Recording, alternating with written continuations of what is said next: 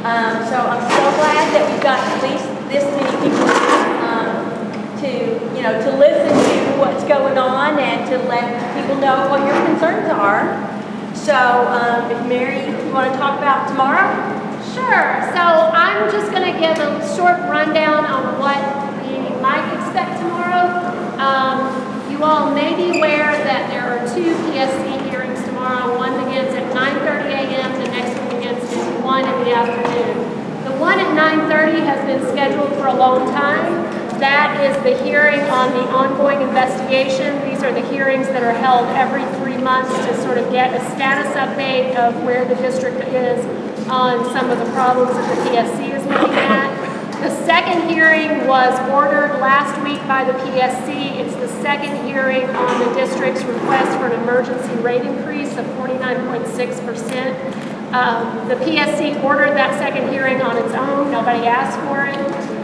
They have asked that the chairman of the board, John Horn, the treasurer, Jimmy Dunker, and Linda Sumter be there to testify. So they're going to want to know about some of the money and some of the management issues with the district, I suspect. In addition, just very recently, you all know a couple of things that happened. One is this weekend it was announced that the district was awarded, or provisionally has been awarded, the $3.4 million grant. This is something that's been in the application stage for a while. This isn't, it was sort of announced as, oh, this is new money coming in. This has actually been part of a grant application that's been ongoing for a while. The money will be used to, as far as the way the application was written, it will be used to put in a redundant pump system at the at the intake at the river, to put new piping in from the river to the reservoir, and then from the reservoir to the water treatment plant, and then to do some upgrades at the water treatment plant. This is abandoned mine land grant money. It cannot be used for anything other than what was applied for. It specifically cannot be used to fix the operation and maintenance deficit of the water district. So in my mind, it's not going to have a big impact on the rate case. So I just want everyone to be aware this isn't just a new pot of money that's coming in that will be able to be used to fix things.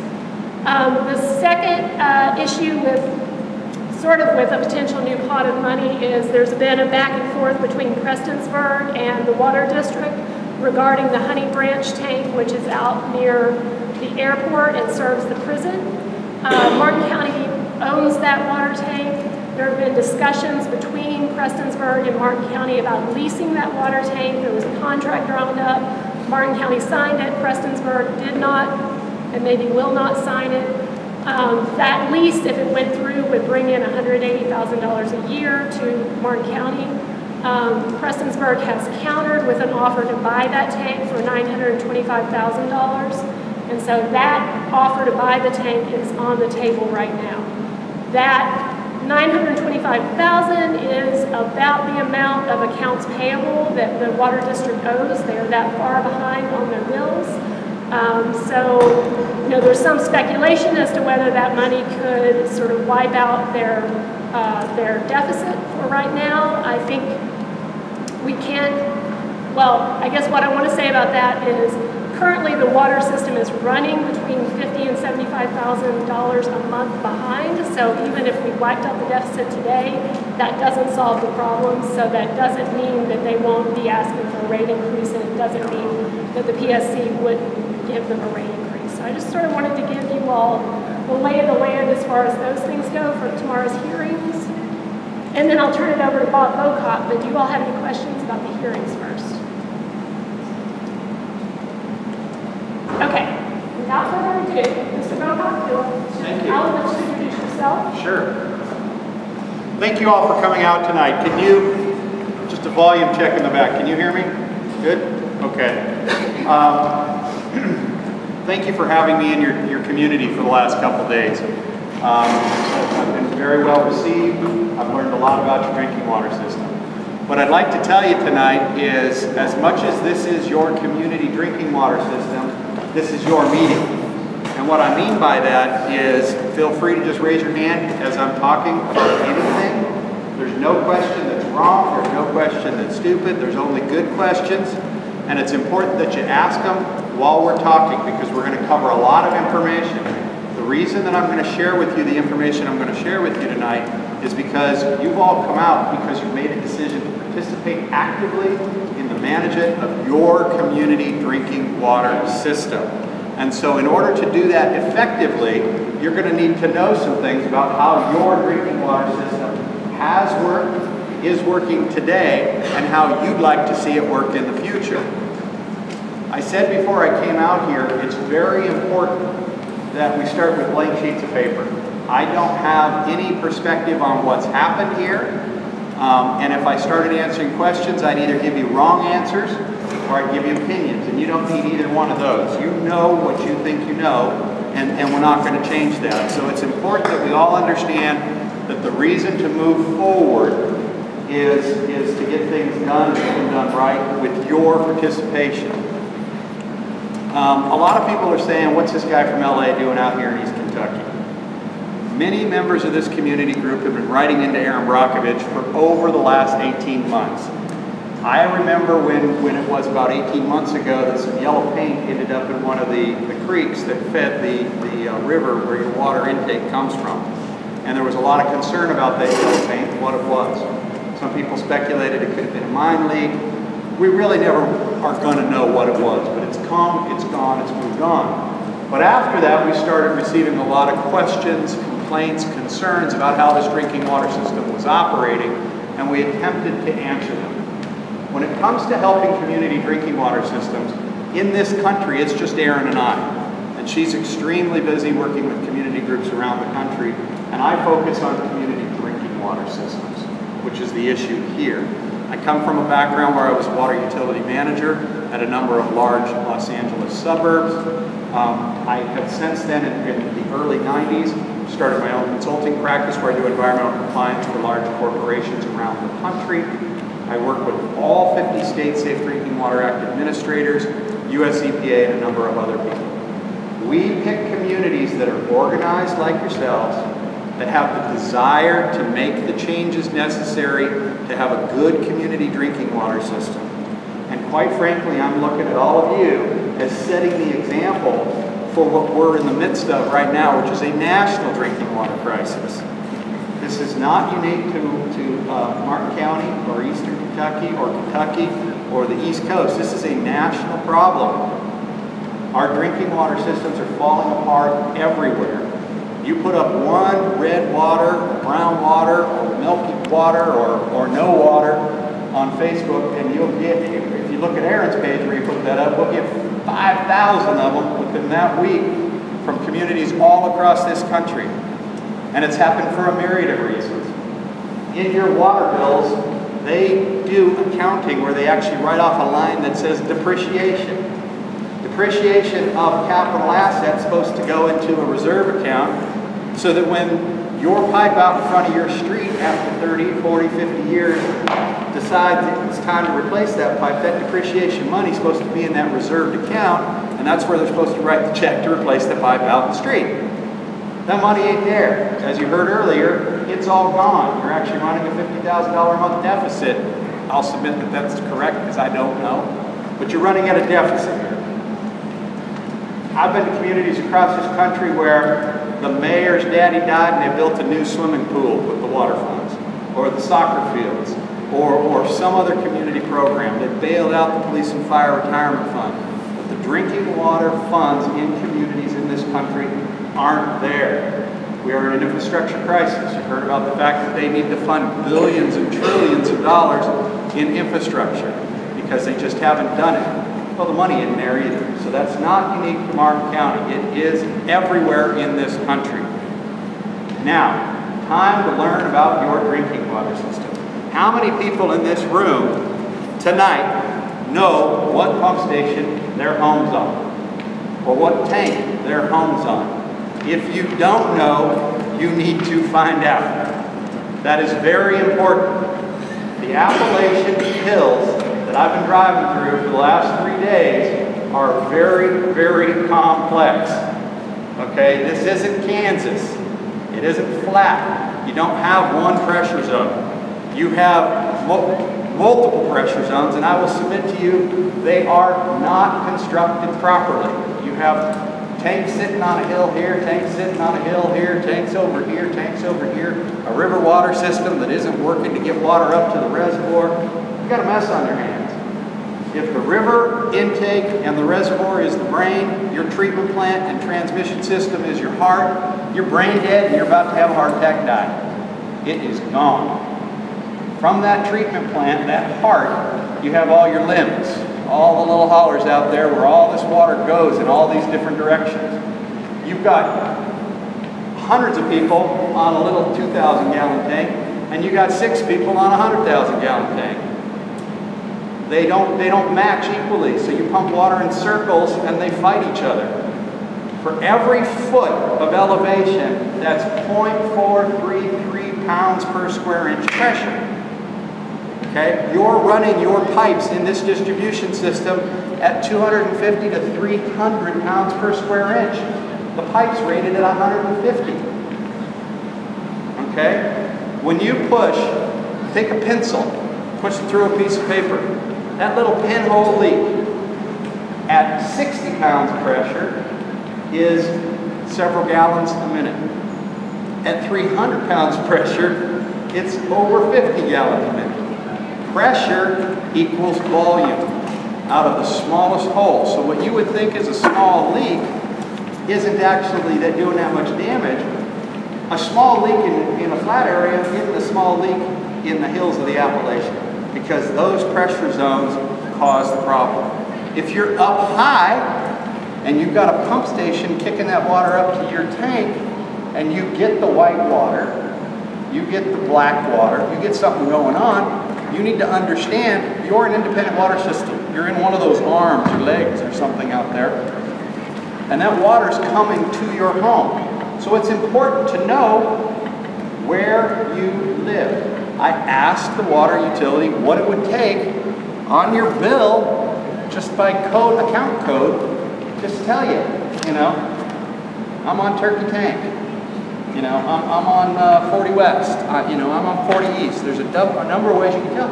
Once they put it on here and it's account coded to that account code, it'll be there forever. It's not that hard to do 3,500 accounts. Then you'll know. You can play an active role in what's going on. Then you can understand, hey, I'm on Turkey Tank, I'm on a 4-inch water main. I know the size of my tank, I know how much water is stored there. I know what to expect the next time we run out of water, and you will run out of water again. It will happen. Until we get things fixed, the problems are going to persist. I will tell you, the improvements made in the last 6 months have made it less likely that you're going to have a problem. But at the same time, I visited the river intake, and you need to be all aware of this because that's where some of the grant money is supposed to go. There aren't any pumps there. Okay? You're literally, right now, your drinking water is last week's rain. Okay? The river intake is not there.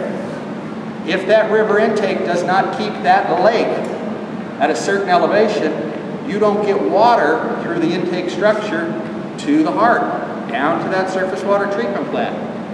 There's only 18 pounds per square inch of pressure at that treatment plant. Every foot that the lake drops is thousands of gallons no longer getting down to the heart. It's like, yes ma'am? Well, can you explain what you mean about the raw water intake comes from there? They're physically broken and at the shop. They are both gone. You are on your water supply right now is rain. So as much as you didn't like the rain, it's serving you well. And it's rain going feeding the reservoir. Rain feeding the reservoir. Literally rain falling on the reservoir, and all the watershed around the reservoir is your water supply. It's good news is it's pretty good water quality. Okay, it's got a lower pH, but they adjust for that. When we get to the treatment plant talk, I'll explain how they adjust for that. Rainwater, because it's so pure, is actually, it wants to take on, metals and minerals and things like that. It doesn't have that much in it. It's unstable. and so it's a little harder to treat. So you have to add chemicals to it to bring that pH back up, put it in your distribution system. But it's not the same quality that comes out of the river intake system, out of the tub. Yes, ma'am? What should a pH level be? Okay, the pH scale runs 0 to 14. 7 is neutral. As you go below 7, it's acidic. As you go above 7, it's alkaline. Okay? So you want it 7 or above. And right now you're running about, I saw the labs today, 7.05. The raw water coming out of the lake is about 6. So it's acidic. They add caustic soda to bring the pH up over 7. Bring it back to that neutral position. So that's what they do right now. Yes, sir. Wire the pumps down. Why are the pumps out? The pumps are out. I'm going to be very, very honest and candid with you. It's the most terrible design I've ever seen in my life of a pump intake system. Okay? It's literally, it's the equivalent of a groundwater well hung off the side of a cliff. Okay? And so they have this long metal pump shaft that a motor spins, high energy electric motor spins, and it goes down and it spins in a series of lifts to get the water up out of the tank and up the hill some 400 feet in the air, and then it drops back down into the reservoir. So you have to pump high head up the hill and back down the reservoir. One of the things I've suggested, because that's the way it is, and that's the system that you're on, and that's the system you're going to need, is to put a hydroelectric facility on the downside to cover the cost of the electricity you're spending on the upside, and right now the federal government's giving those away. So let's go get one. Okay? So we want to do that. That's one of the suggestions that came out of my visit there. So this high head shaft, it's too long, so it vibrates. So it wears out the motor, it wears out the pump. That's the first, that's the design flaw. Okay? The second part of that is the last rainfall. Looks like a nice sandy beach where the pump intake used to be.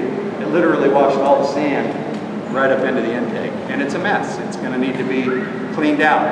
I'm hoping, because it's a federal waterway and it was a natural event, that there might be some FEMA money available for a project like that. I'm not sure, but it's something we're going to look at. We've got a big sandbar out there on a federal waterway that needs to be removed. Yes, sir? How is the pumps? Are they on pontoons or are they just down in the river? What it is it's a concrete pad on the edge of the river. Okay? Underneath the concrete pad is a concrete reservoir. Okay? It used to be a submersible pump. When they first built it, it's been changed 3 or 4 times, as I've been told. But I can see plan 1A, 1B, 1C, and now we're on 1D, and we might be going to 1E. I think they need to be redesigned. Would it be better to have pontoon floating on the river? I don't know. I'm going to have to look at it. I don't know that you could get the water up. So what you have now is you have a 2-stage system. Okay? Redesigned 1D is a 2-stage system. You have a polyurethane pipe that goes, HDPE pipe that goes out to a submersible pump under the river that's anchored out there. It pumps into the concrete vault. The concrete vault has the water in it. That fills up with sand too. I mean, you're literally pumping out of the bottom of the river, pumping it into a confined space. Then from the confined space, the concrete vault, are the 2 pumps that pump it into the pipe to take it up the hill. You need to pump in the summer months, 2 million gallons a day. If 2 million gallons a day is going out, 2 million gallons a day has got to go up that hill. And the reason for that is, like I was saying, for every foot you drop in that reservoir, that's a foot of head pressure you're not getting into your treatment plant. So the pressure goes down, the volume goes down, your heart starts to starve out, and you don't get the water at the treatment plant. Yes, sir? Could I ask one more question? Because of the sand, you talk about sand, everybody here knows Big Sandy River, there's a lot of sand there.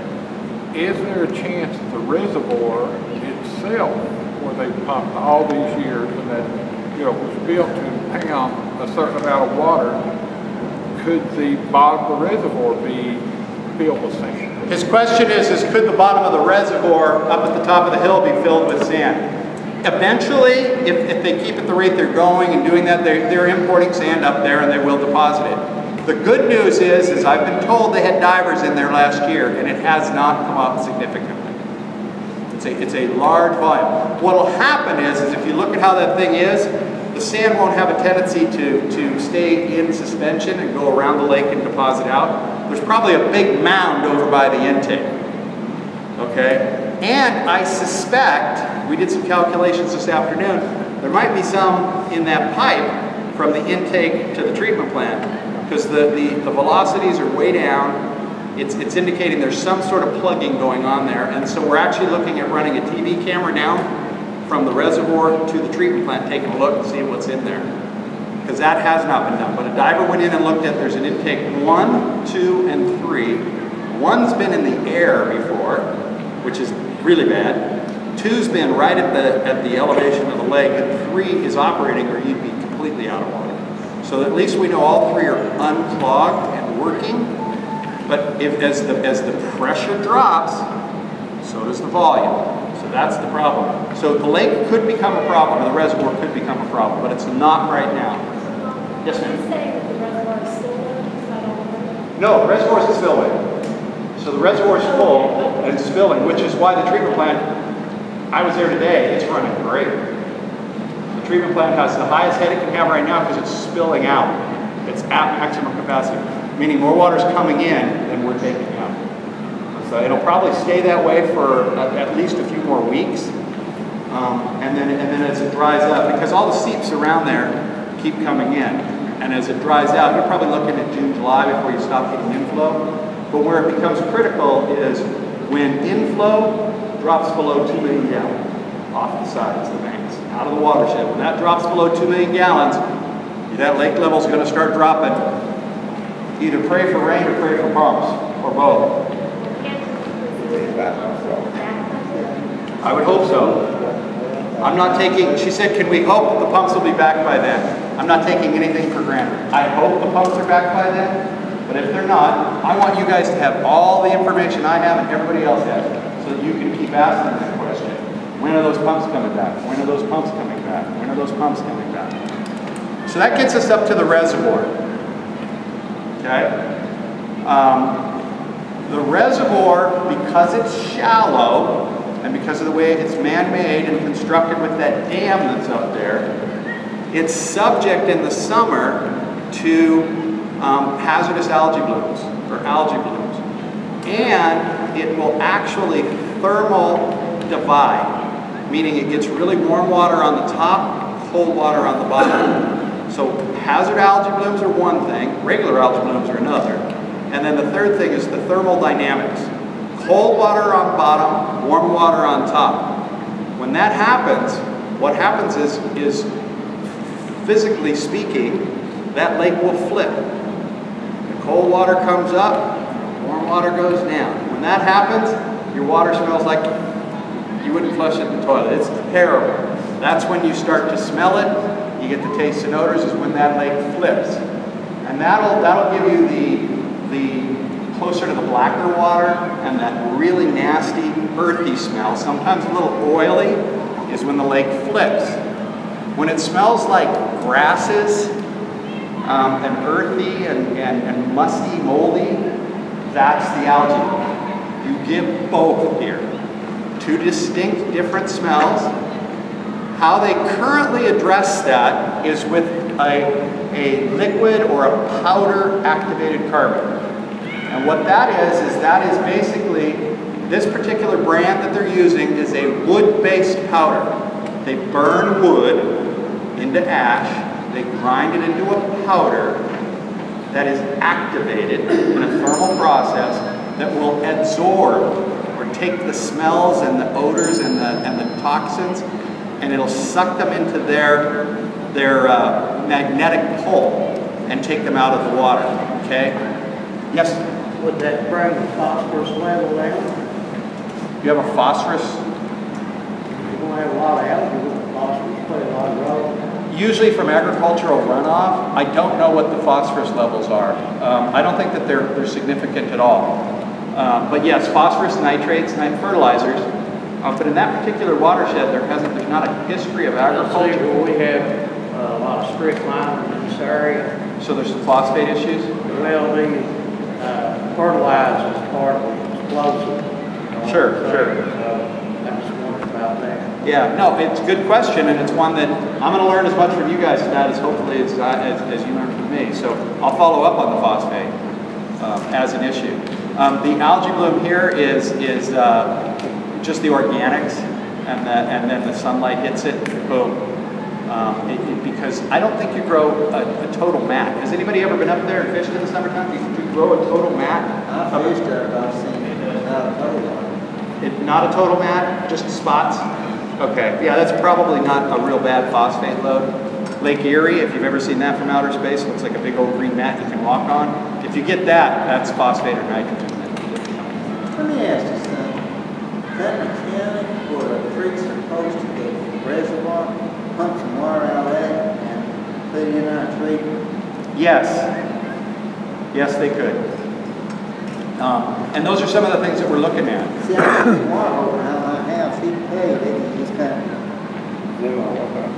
that water over behind the house, I think he's that good, Yeah, they did use that. yeah, they use that one time, they do. Yeah. Remember that we're going to redesign the system together. We're not going to do it tonight, but I want everybody to start bringing these ideas forward and talking about them, thinking about them. One of the things that's been discussed is why don't we have a small surface water treatment plant over here in Warfield that treats a small volume and pumps back this way, have the Inez surface water treatment plant pump this way, then you have redundancy in the system.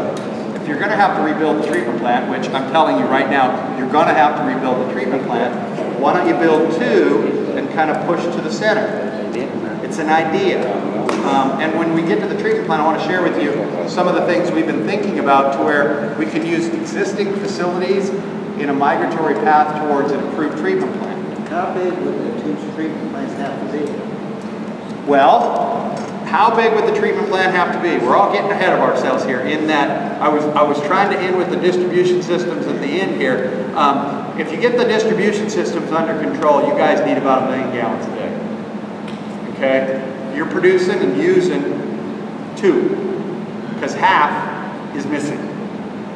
And it's missing for a number of reasons. Okay?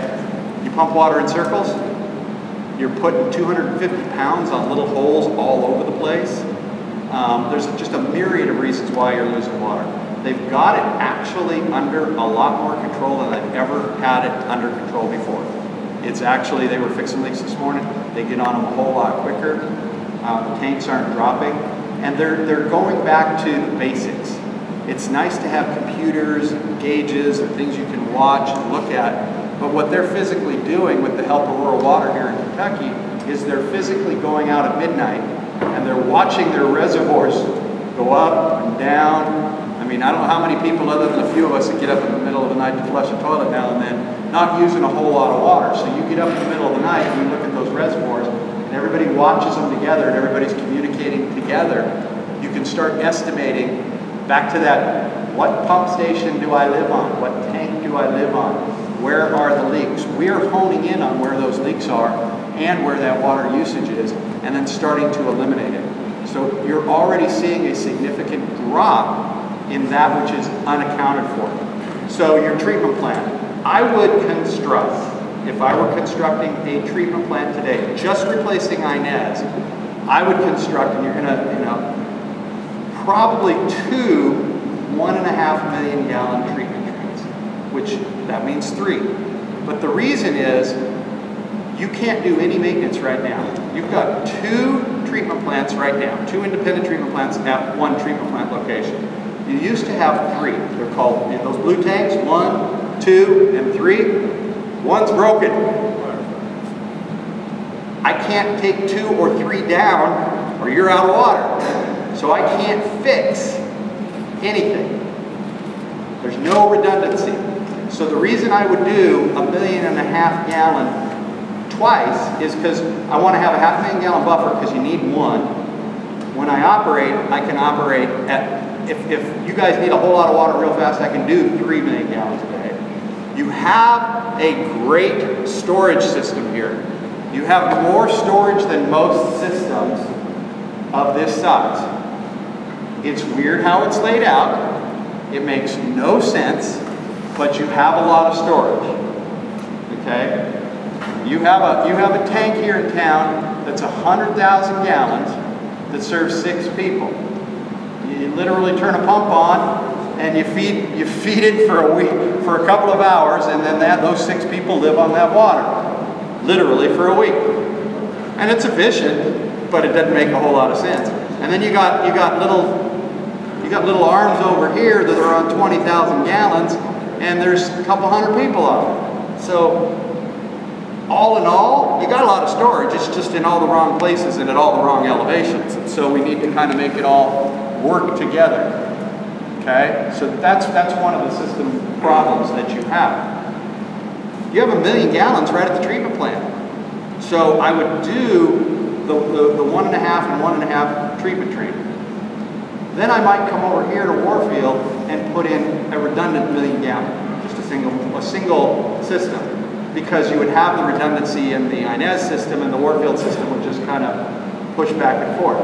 And likewise, you lose the river intake, you can go over to Warfield and push water this way, and it's straight off the river. You don't need to worry about the river intake of the reservoir. So you can balance all that. Or you could make water quality management changes. You have a big algae bloom or something on the lake that's overcome the treatment plant, or that's potentially going to cause a whole lot of problem. You can cut that back and turn the Warfield one on and bring the better water quality. It just gives you better options. And it's not outrageously expensive, and it doesn't cost you a whole lot more. And so if you have the 2 treatment trains running, you run them both at 7.5 instead of, the 1.5. And they last longer, and they use less electricity, use less chemical. None of this stuff's been ferreted out. We've got to really look at it, but just water guys getting together. I mean, I've been doing this for 40 years. I started reading water meters on roller skates in 1978. So I've been around the block. I've dug up services. I've done all the dirty work all the way up to the top. So working with the guys at Rural Water, they know what they're doing. They've been all over the state and all over the country. And everybody just talking, one of the things we decided was, you have a real problem between the intake and the reservoir and the plant, but you don't want to lose the plant because that's still your heart. We just need to do some bypass surgery on it. And so we're looking at taking the 3 treatment plants that you have right now, 1 being broken and 2 and 3 that are up and running. For those of you that have seen the news clips or the videos or the films, those are those big circular things, blue, with the people standing up on top. I'd take every piece of metal out of them and turn them into 3 giant equalization tanks. 3 concrete tanks. And I'd have the water from the reservoir come down, go into tank 1 at the bottom, go into tank 2 at the middle, go into tank 3 at the top, go down to a ultrafiltration membrane treatment plant that you can put right in the parking lot. Take that UF membrane that basically can, if the microns, the particles in the water are 50 microns or less, which they are in this area, it will take them down to less than 1 micron, which is, it's not reverse osmosis because it does not take out total dissolved solids, but it takes out all your total organic carbon. We're going to talk about carbon and your byproducts formation violations here in a second, but it takes out all the TOC, not the TDS, total dissolved solids, total organic carbon. So it takes that out. And then from those, I would run it into granular activated carbon polishing filters. And I would do them what they call a lead lag configuration in order to get the state to approve them, because they've actually come down in price significantly, they're economical, and you can put them in. And the reason you do lead lag is the water goes through filter 1, goes through a pipe, goes through filter 2, and then into the clear well, the 1 million gallons, and then out to your distribution system. What you do is filter 1 takes out all the contaminants. Filter 2 isn't doing a whole lot of anything, because filter 1's filling up with the contaminants. But you test every day the TOC between the 2 tanks. When the TOC level between the 2 tanks starts to go up, that's called breakthrough. When it gets to the breakthrough number that causes you the most concern, you throw a valve. Now tank 2 becomes tank 1, and tank 2 can be changed out. Okay? And so you get rid of that carbon, you put new carbon in, and now 2 to 1, you run that until that breakthrough, and then you turn it around and run it the other way. And that way, this is a type of treatment plant that you could afford that would give you the highest quality water, that would give you the buffer on most things that we're finding in surface waters now, which are TOC, herbicides, pesticides. It will not take out any of the dissolved solids. Those are your metals, those are your calcium carbonates, those are your salts. Those are, mining chemicals. I want to understand that better. I know there's been a tremendous concern in this area about mining wastes in the river. That concerns me. When those are the worst would be last week. Here's the ultimate question I don't know the answer to, and I'm probably going to offend people in the environmental community here in Kentucky.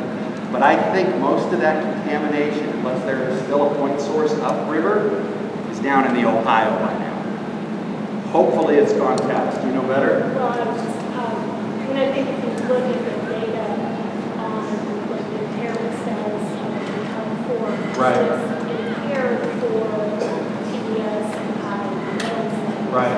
And that largely, a lot of that comes from outcomes, not from active mining, but from historic waste that has been dumped in the streets. Right. That doesn't generally increase the mining. Oh, it takes a century. Right. Yeah. So we have very high TDS levels. Okay. Yeah, no, and that's something that we need to look at. And it's not something that we're ignoring. It's just the TDS levels. Does anybody? I think I saw like 120. Well, and so the difference between conductivity and TDS is They're the same. You can take electroconductivity and run calculations. So I would think like Nina. Yeah, you're the. I already tagged you. I saw that you were one of the samplers. What's the? Anyway, we'll follow up on that. But I'm concerned about it. 810 to 1700. Pardon? 810 to 1700. Okay. For the creeks. Yeah. I do creeks. Okay. Yeah, that's fine. Once again, this is your meeting. This is your community drinking water system, so I want you to actively participate. I mean, one of the things I heard, I went to Ida's for lunch today. I hope I said that. It's Ida's tea room or whatever, Miss Ida's today.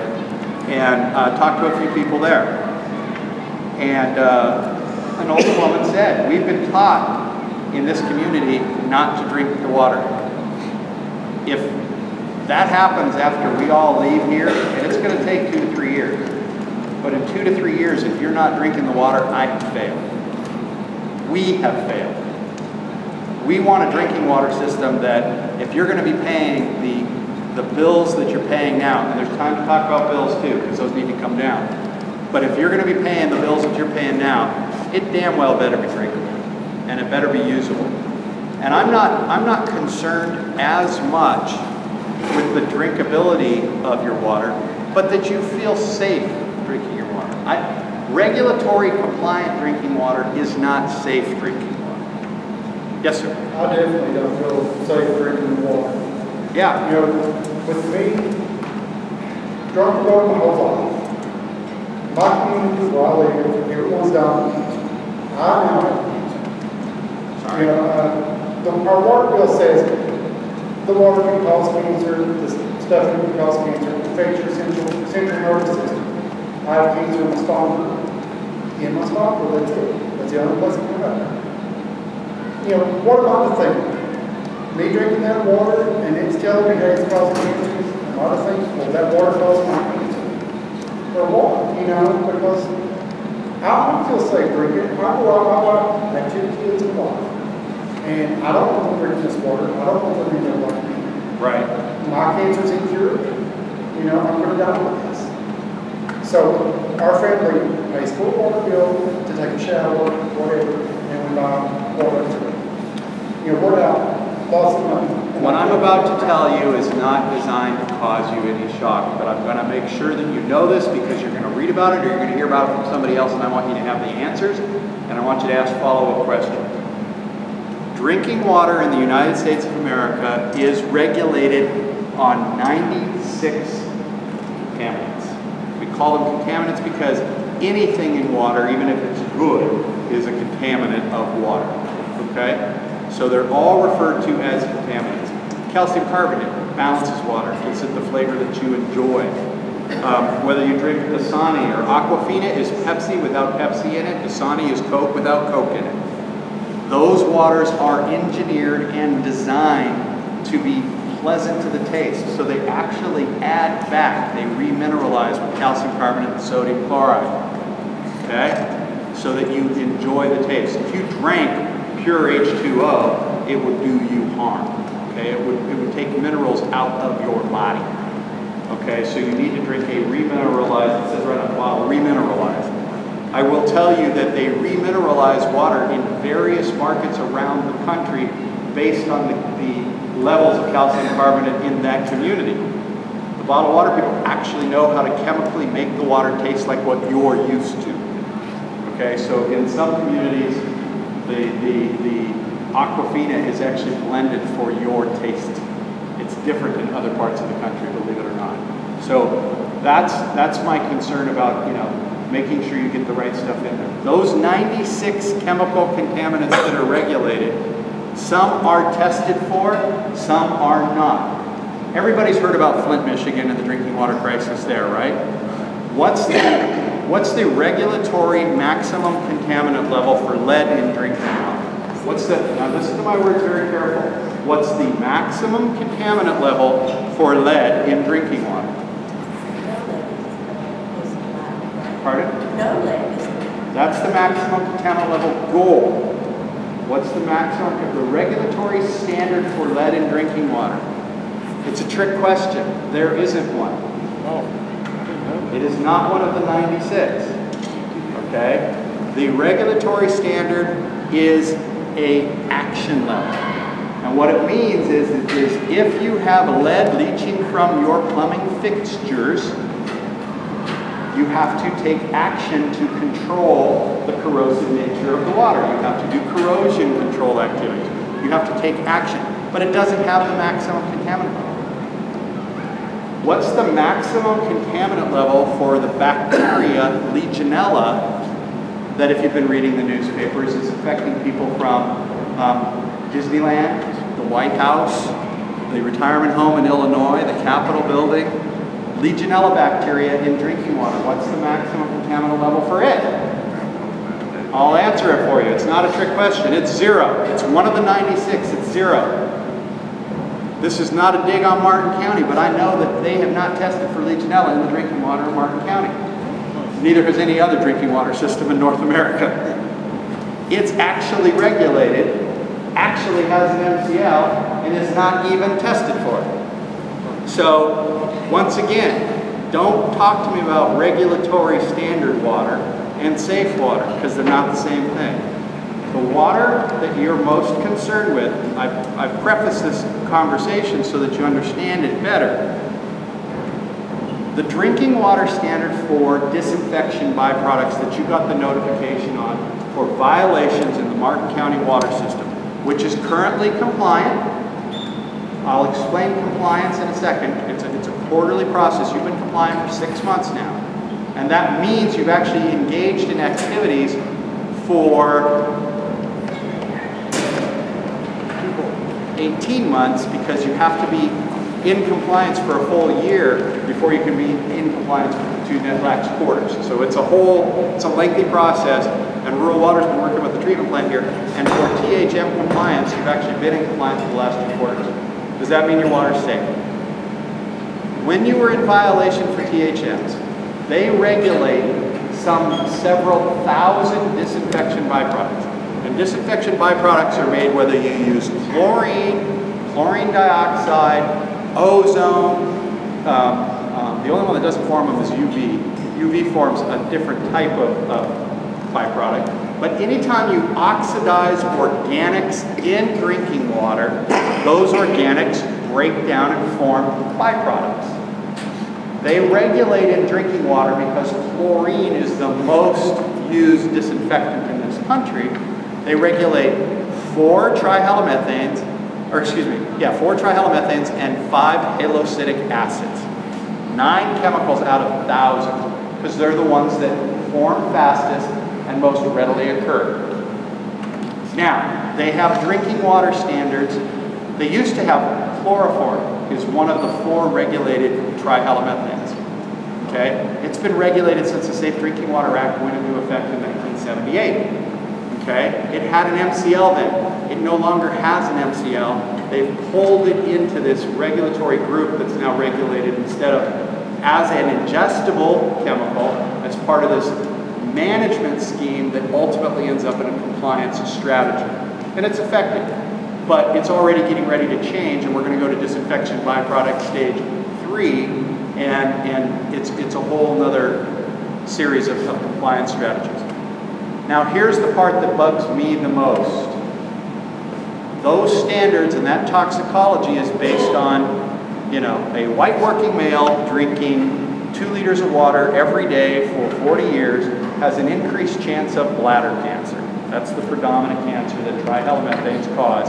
If a white working male drinks for 40 years 2 liters of water that exceed the maximum contaminant level of that chemical. Now I'll tell you why it scares me. This water that you're afraid to drink, that you jump in your showers and you smell the heavy smell of chlorine, chlorine in drinking water does not smell. The odor is trihalomethane. You will inhale in your lung tissue more trihalomethane in one hot 15-minute shower than you can drink in 6 months. We do not regulate water from the inhalation perspective or inhalation exposure. You are in compliance with trihalomethane, halocidic acid, and disinfection byproducts under the Disinfection Byproduct Rule Amendment from 1996. The Safe Drinking Water Act is a little over 45 years old. It's been touched twice. Nixon and Clinton. That's it. And it's not going to be touched again probably in our lifetime. Okay? They have a process and a procedure for setting maximum contaminant levels that will be gained. The Aaron Brockovich chemical, hexavalent chromium, is a chemical that made the, after the movie, it made the UCMR stage 2 or UCMR 2 testing phase. We have unregulated contaminant monitoring rules. So the EPA picks a bunch of chemicals from a list. They go to a committee that goes to a committee that asks their friends what should be included on that list. And then they regulate the monitoring of those chemicals for a period of time. And they're all usually done at large utilities. You would never be included in that monitoring phase, so you would never actually know.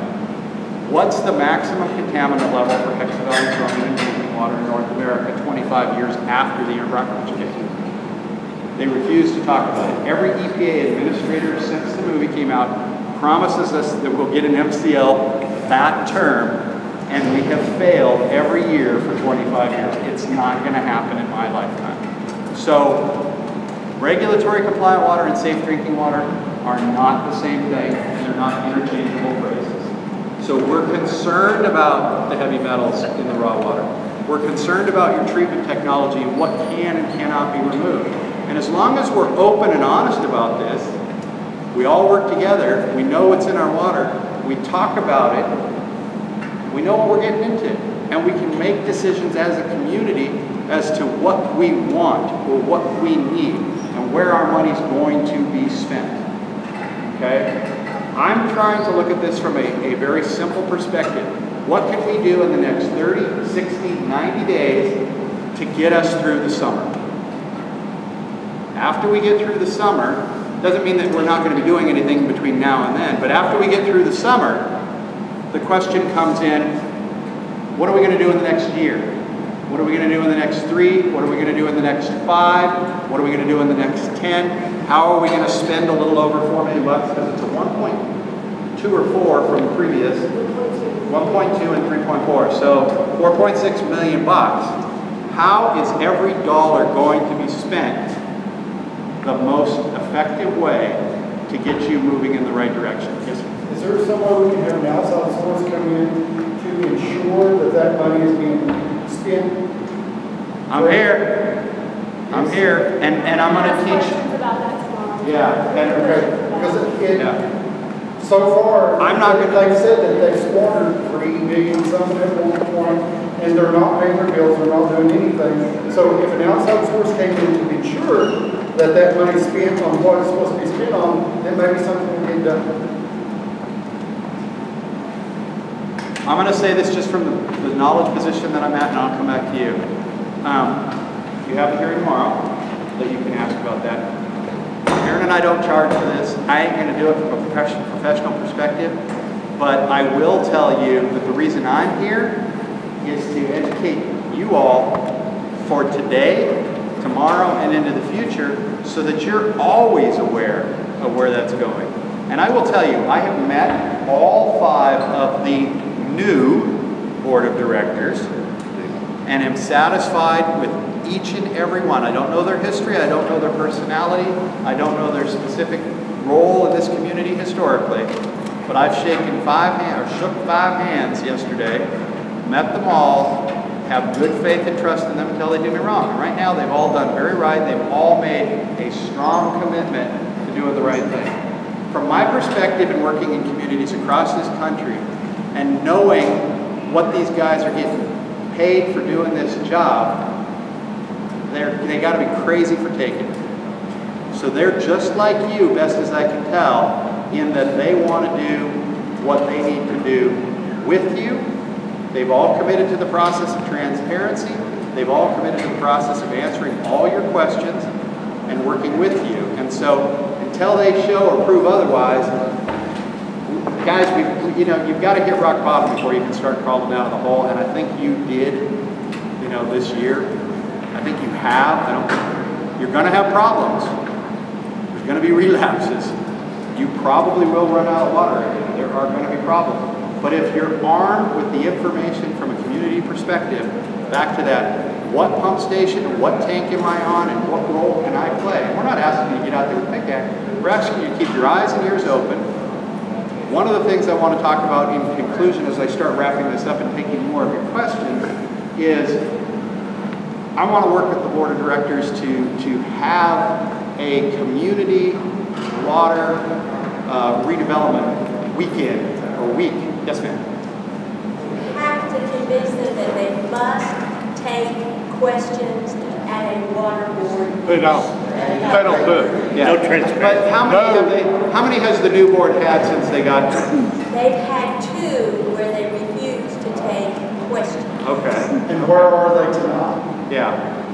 They should be sitting beside all of them should be. Yeah, they're, I don't want to, I'm not going to point fingers, but there's a few in the room. Okay, I've talked to them about that. In all fairness, I will tell you, they kind of jumped in with both feet. Some more than others. Some have made commitments more than others. But they've jumped in with their feet. And frankly, first, second, third meeting, I'd have probably been a little afraid, intimidated, not known how to address it or handle it. And I think that they're learning too. And I think that they will. And it's important that they go through that process and take questions. It's been a change in management. I'm not telling you anything you guys don't know. The general manager, I'm not sure what the official story is, and I'm not very politically correct, but he was offered the opportunity to retire, and I believe he took it. So,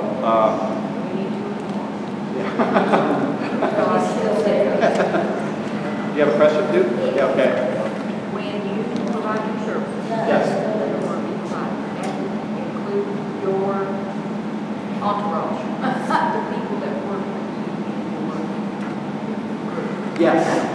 We don't, like I said, we didn't pick you lightly. You were picked because you're organized. A lot of this community showed up here tonight. You guys want to see something done. You're committed. We believe that if you can dig yourselves out of this, you will serve as that example to help others. Yes, you get, my staff's been, I forget where I was. I was somewhere in this country when this all came down, and Aaron went on some TV show or something and said I was coming. And I literally, that day, I called back to my office and I said, open a file in Martin County.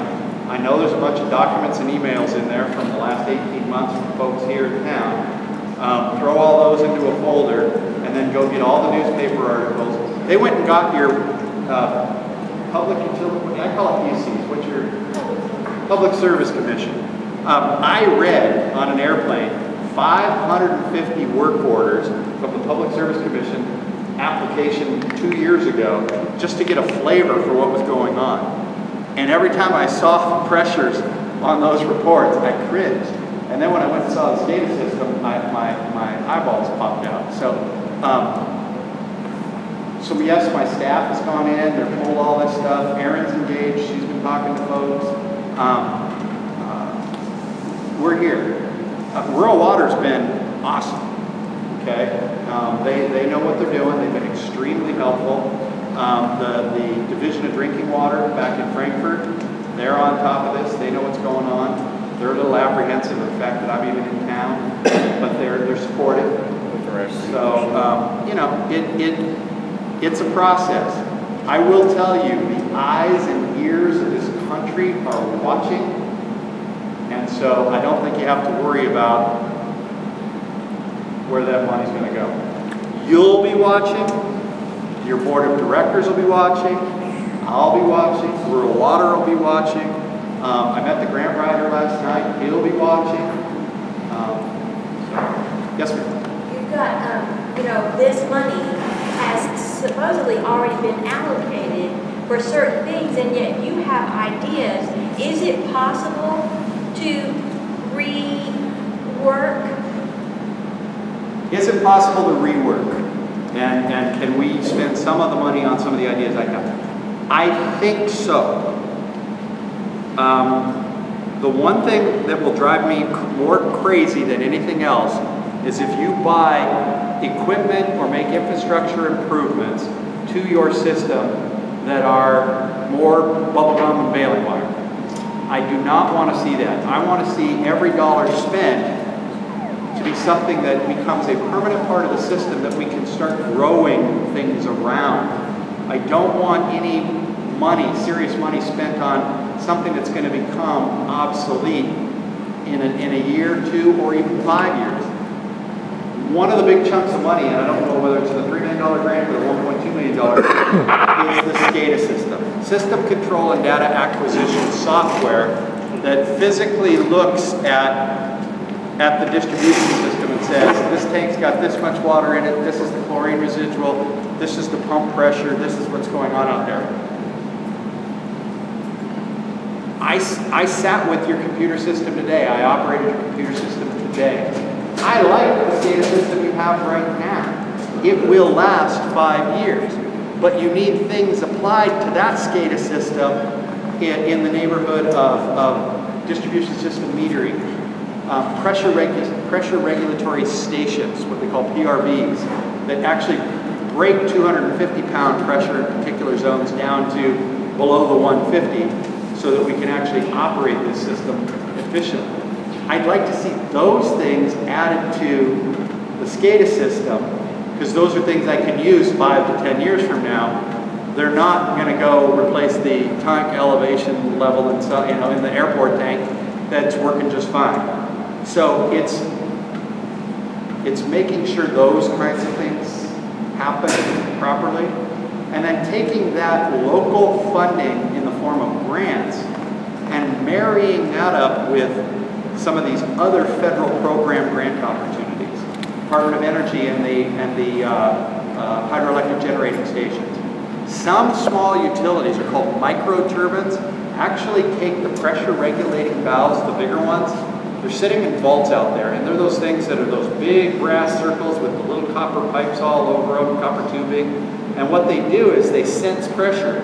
They open up to allow water to go one direction or the other based on the pressure demands that the computer tells them, that says, hey, pressure's too high over here, let's lower it here, let's increase it there. The demand's increasing, and the valve, based on how you set it, will start to open and close automatically out in vaults you don't even see in your distribution system. Okay? People actually are taking those out and putting micro hydroelectric turbines in, because if you're going to break energy, you might as well break it and make electricity than if you just break it and it dissipates as energy into the atmosphere. So a lot of those are being changed out. The nice part about that is a pressure reducing valve, they cost thousands of dollars each. If the federal government has a program right now that'll put in a hydroelectric turbine, let's go put in a hydroelectric turbine and reduce our energy bill. You know, is there program money for fixing the river intake with FEMA funds? I mean, there was a lot of FEMA money spent this last year in places like Houston, Florida, Puerto Rico. What about here? I don't know the answer to the question. But what we need to do is we need to, as part of that 30, 60, 90-day plan, we need to sit down and say, how much money have we got? Where are our finances? How can we leverage that money and this national attention that's being put on Martin County to go to the state and federal government for additional programs we have not thought of yet and start aggregating that money? One of the things that this administration at the federal level is demanding is skin in the game. What's your skin in the game? And I think that there's a way we can talk about how we can get skin in the game. And I'll get to that after I get to the distribution system, because I'm probably going to upset a few folks with some of those ideas. But I'm about reducing the rates and sharing the pain. And so I want to talk to you a little bit about that, because I committed to the blank sheet on rate setting and how we go from point A to point B. I'm not going to do it tonight. These are only ideas that may or may not apply to this community. So, coming out of your treatment plant, like I said, your storage system is bigger than most, and I think it's quite sufficient. Rework that, need to rework this data. Your distribution system makes absolutely no sense. You've got 2-inch pipes, 4-inch pipes, 8-inch pipes, 16-inch pipes, 12-inch pipes. You've got a piece of 8-inch pipe between two 16-inch pipes. I mean, I sat there and I just scratched my head. So, quite frankly, about 20% of what's out there in the ground today can be saved. You've got to rebuild about 80% of your pipes and size them right. Okay? Yes, sir? I understand a lot of the old infrastructure is old asbestos-based pipe. Yeah. And a lot of that infrastructure that's crumbling has led to those 65% water leaks. 67. 67, okay. But it's below 50 now. We can have a really great storage facility, really great treatment plant, but if that water is traveling down the line to residences and these pipes are collapsing, they have breaches in them, and it's taking in bacteriological contaminants and reaching residences, which it obviously is. There's a problem with the plan to fix that. That's where our money needs to go. Okay. Pipes, priority where the money needs to go. Yes, ma'am.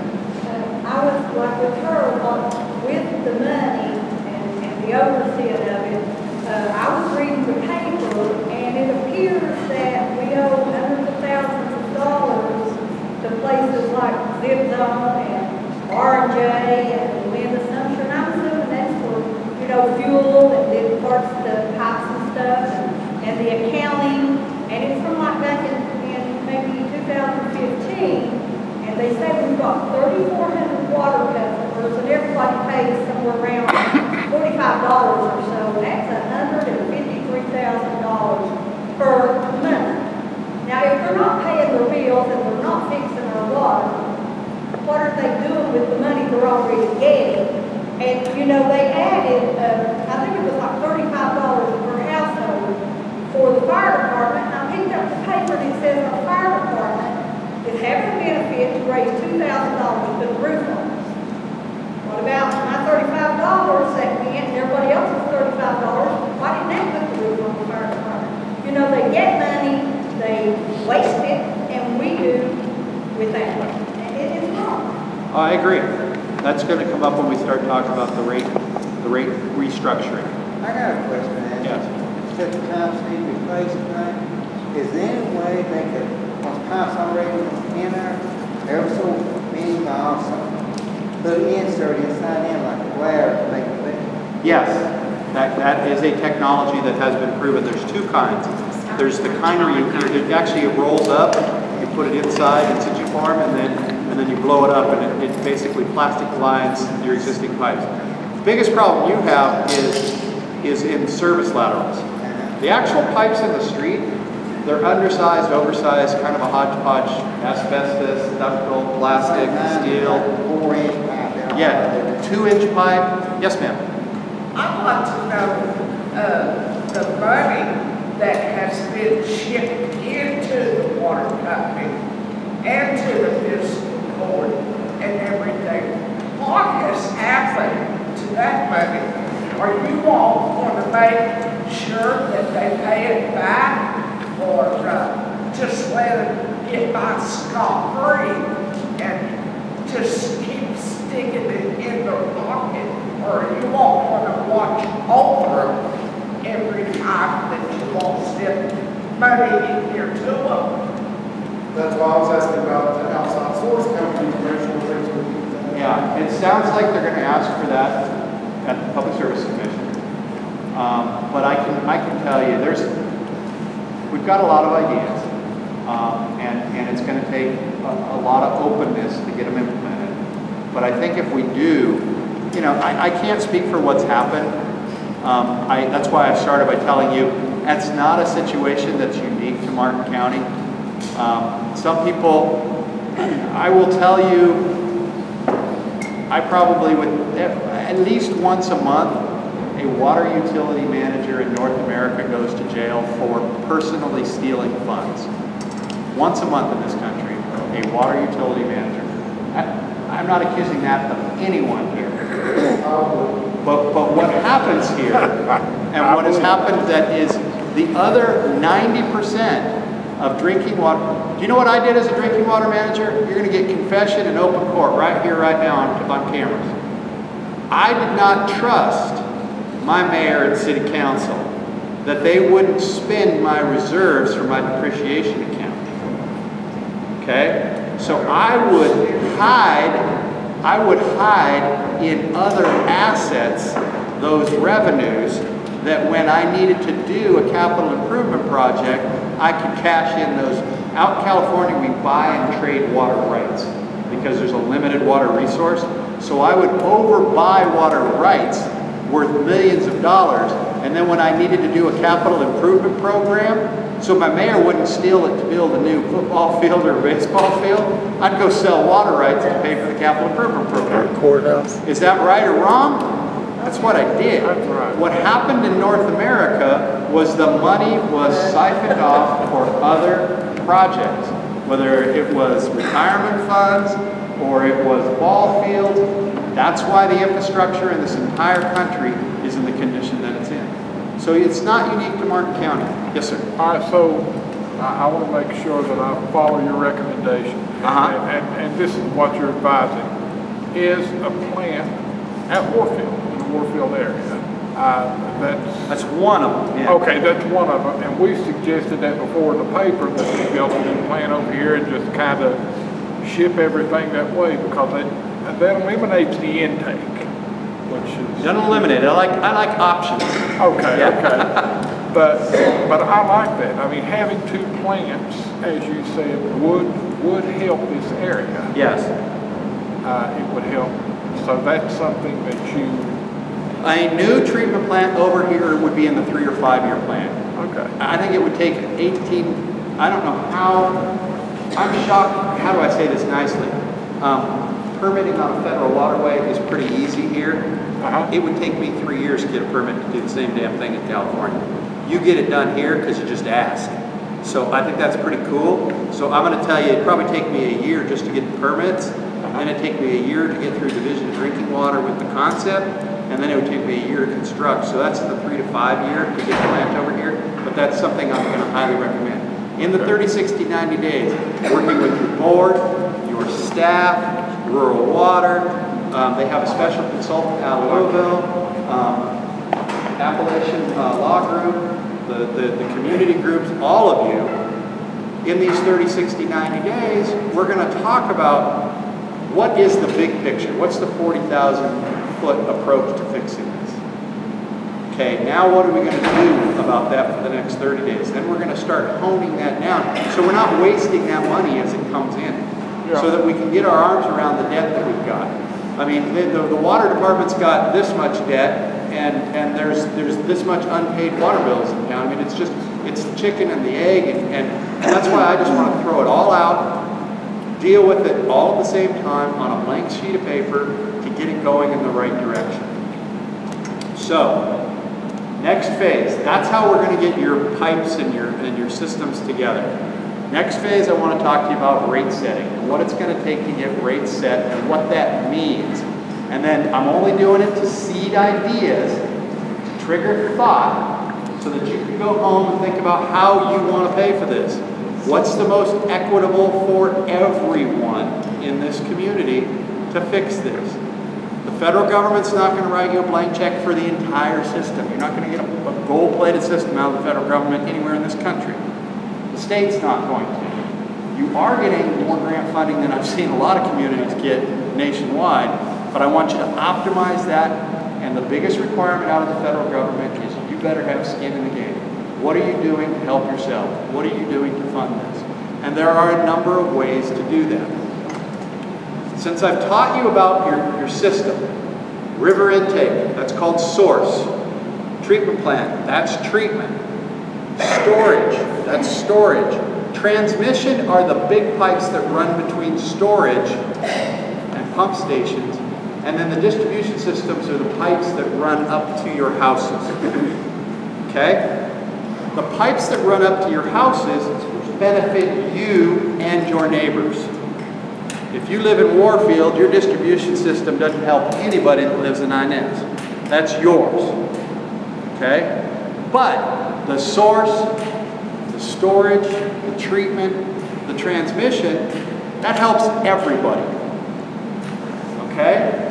The distribution system infrastructure and a component of the infrastructure to the things that are common among all in Martin County, that's usually the cost that goes into your cost of service, your meter service charge.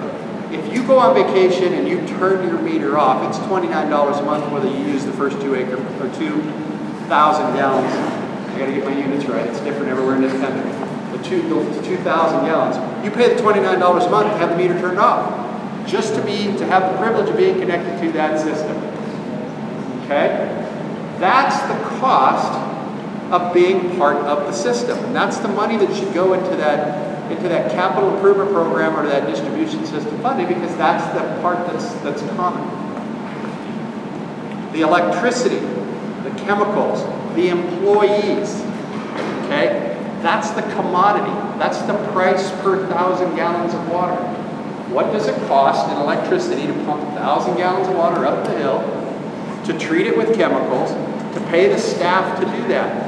You take all of that, you say, this system is going to do 365 million gallons a day, a year, and you divide that by your costs associated with the commodity, and that's how much it costs per 1,000 gallons.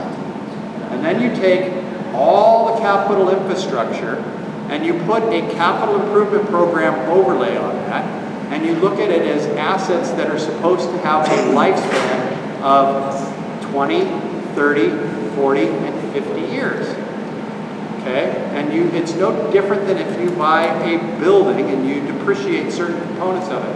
How long does the hot water heater last? That's a 10-year asset.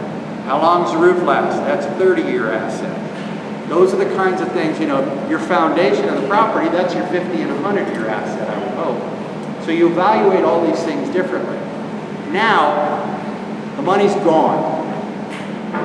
Money was gone before, a lot of people actually started paying the water bill. That money was gone, it was never collected, it's just not there. Nobody's at fault, nobody knows where it is, that was yesterday. Now we've got to come up with a way, while the federal government and the state and this different funding sources are here, of funding them. I've always said if you take a blank slate and you look at building a new water system, tomorrow's a new day, Martin County citizens are going to build a new water system.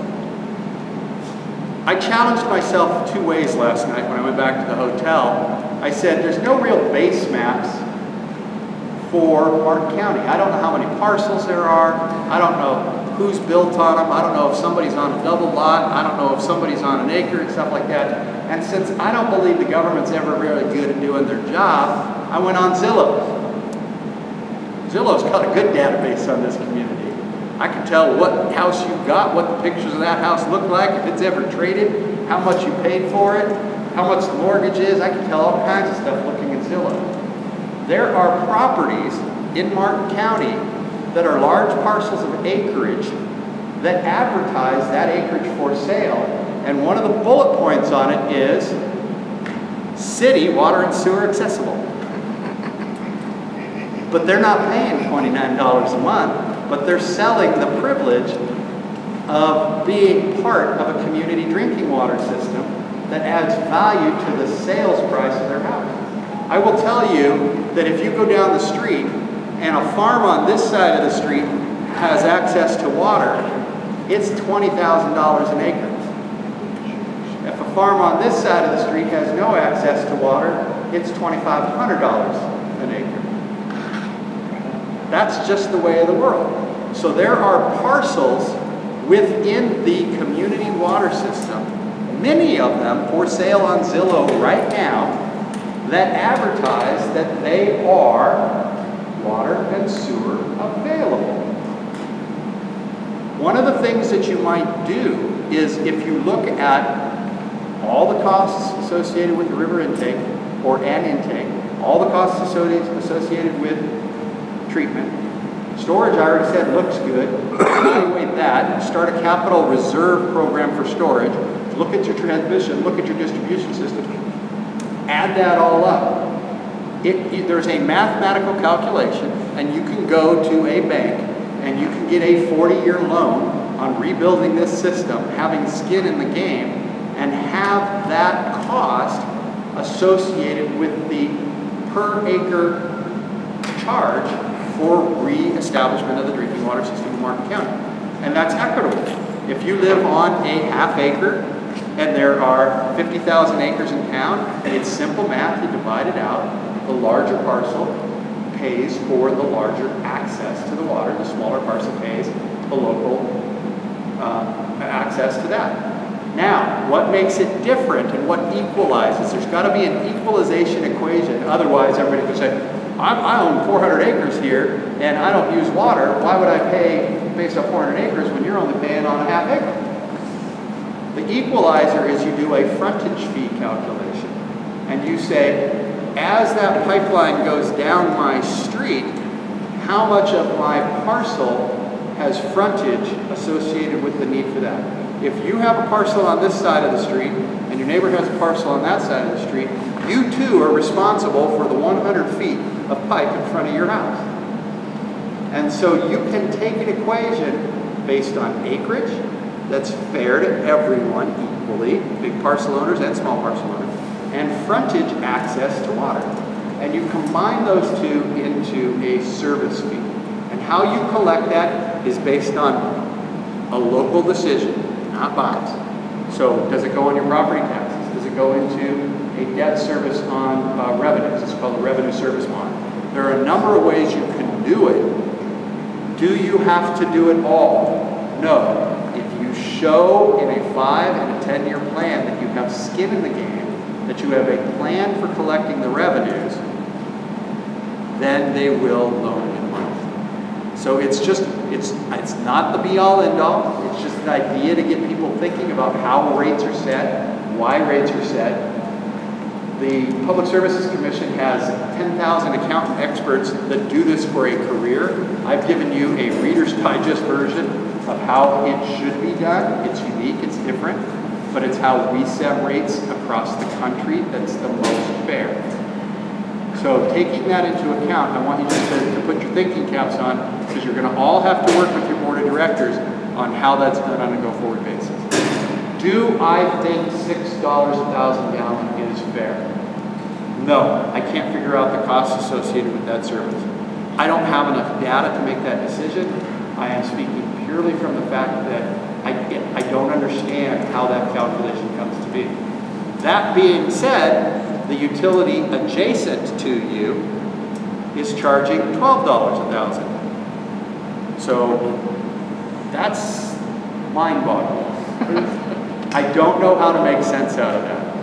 But if you use the rules that I just talked about on how rates are set, and you understand that, then you can actually build yourselves into this, have skin in the game. We can go for funding sources at a dozen different agencies.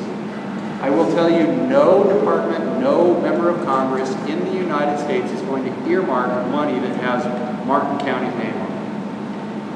The activity would involve us going to EPA, Department of Energy, Department of Transportation. The Water Resource Development Act is in the transportation budget because it's infrastructure. We start looking at all these, go to Department of Agriculture for funding for rural water. There are different ways where you can use the existing congressional infrastructure to get funding for this. So are we going to have to pay for half of it? 25% of it?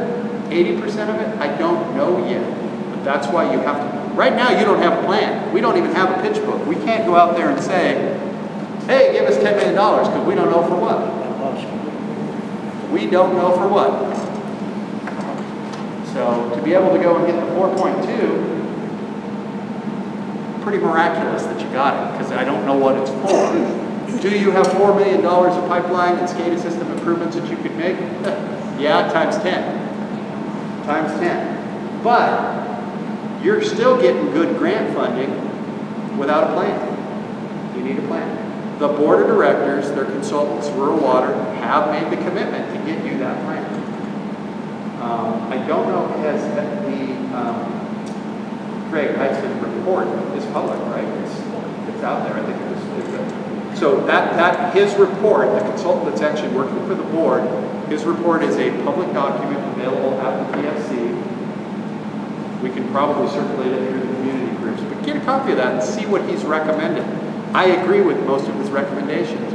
He agrees with some of mine. If you agreed with all mine, you'd be crazy because I don't have all the answers. They're just ideas to help you through the process. It's about your commitment to working transparently with your board of directors to getting done what you need to get done. So, yes, ma'am? I know that your suggestion was just a possibility that upcharge frontage, offset frontage.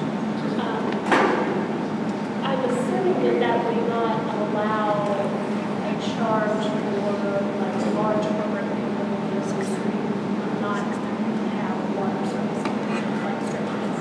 There's a lot of land in this county that is held by corporate landholders that are big acreage tracts of land that there's no water service there. I don't know how the taxing authority works, but it's something we need to look at. You can rule in or rule out. At the end of the day, if you have the ability to do it, and they have the willingness to pay it, it's worth the ask, it's worth the calculation, it's worth the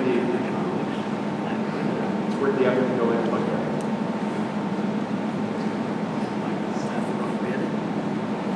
That's where I wanted to take you now. The third thing I wanted to talk about, I told you infrastructure and rates. And it's entirely up to the community groups working with your board of directors. But I would like to suggest, before the summer season hits, after Rural Water's had an opportunity to get in here, get a lot of these larger leaks under control and fixed, I'd like to, and I'll come back for it, but like have a water weekend series of workshops, education. One of the biggest problems in community drinking water systems across the country, and I know it is occurring here because I've seen it repeatedly, is from the meter in the street to the taps in your houses is the homeowner's responsibility. How many people in this community have flushed their hot water heaters in the last year? Oh, a few of you. Good. Yeah, I actually I put YouTube videos up on Aaron's page showing you how to do it. This community needs to do it more than most. Okay? You do not have a lot of rust and corrosion in your distribution system. You have a lot of sludge in your distribution. You have a lot of biofilm in your distribution system. It's nasty, scummy stuff, okay? It's in all distribution systems. Some have more, some have less, okay? You have about the average. Remember when I was talking about total organic carbon? Dirt? That's the official name for TOC. It's dirt, okay? The rule says you're supposed to take more dirt out of water, okay? If you leave dirt in water, it's what forms the regulated disinfection byproduct. That dirt will settle out in your pipes. When you see it is when somebody has a leak on this corner or somebody opens a fire hydrant on this corner, the tanks fight in the pressure station, the pressure station kicks on, the tank runs out of water, and you get a surge in your system. And it stirs it up. And that chocolate milk glass that's on the webpage, that's what that is. Okay, that's air from the surging pipes. That's sludge from the TOC, you know, the biofilm and the sludge that's in your pipes. That's what that is. So it's not flint-like in that it's not rust and corrosion. It's dirt and air. Yes, sir. Actually done, because we've got two different stories. There'll be documentation that was submitted to the city saying that the records were not submitted because they were not trained on how to do the records. But then if you see Joe Hammond sitting on the stand, under oath, and he was asked by Ryan Gumbo, did you flush the lines? And he says, no. Well, both of those can be true, and one of them has to be lied. Right. If you were told that the lines were flushed, and the PSC had not actually submitted that the lines were flushed, but they didn't take records. I'm going to make a call here. It's a personal opinion based on less than 40 hours observation of your distribution system. I don't believe that the lines were flushed. Okay. I believe that the lines have been flushed in certain areas at certain times for certain problems, but what is called a unidirectional engineered flushing program that was certified, in my opinion, was false.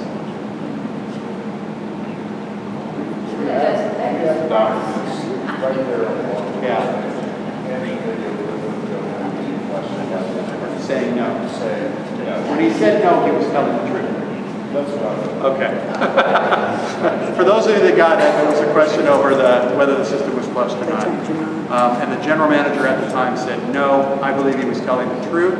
They did not flush the system.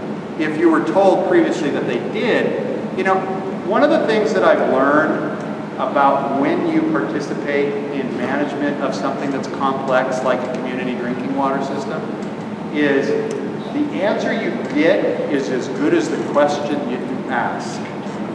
And what I mean by that is, if you said, hey Joe, did you flush the distribution system? He said, yes. Well, he might have flushed that one pipe on Tuesday. You know, so it's a question of what he meant. The documents that were submitted that said we did engineered unidirectional flushing according to American Water Works Association standard and Kentucky Division of Water standard was likely untrue. Joe told the truth on this. So it is what it is. I would like to have that education program here. I'd like to talk to you about the union, the National Union for the Plumbers and Pipe Fitters Association in Washington, D.C.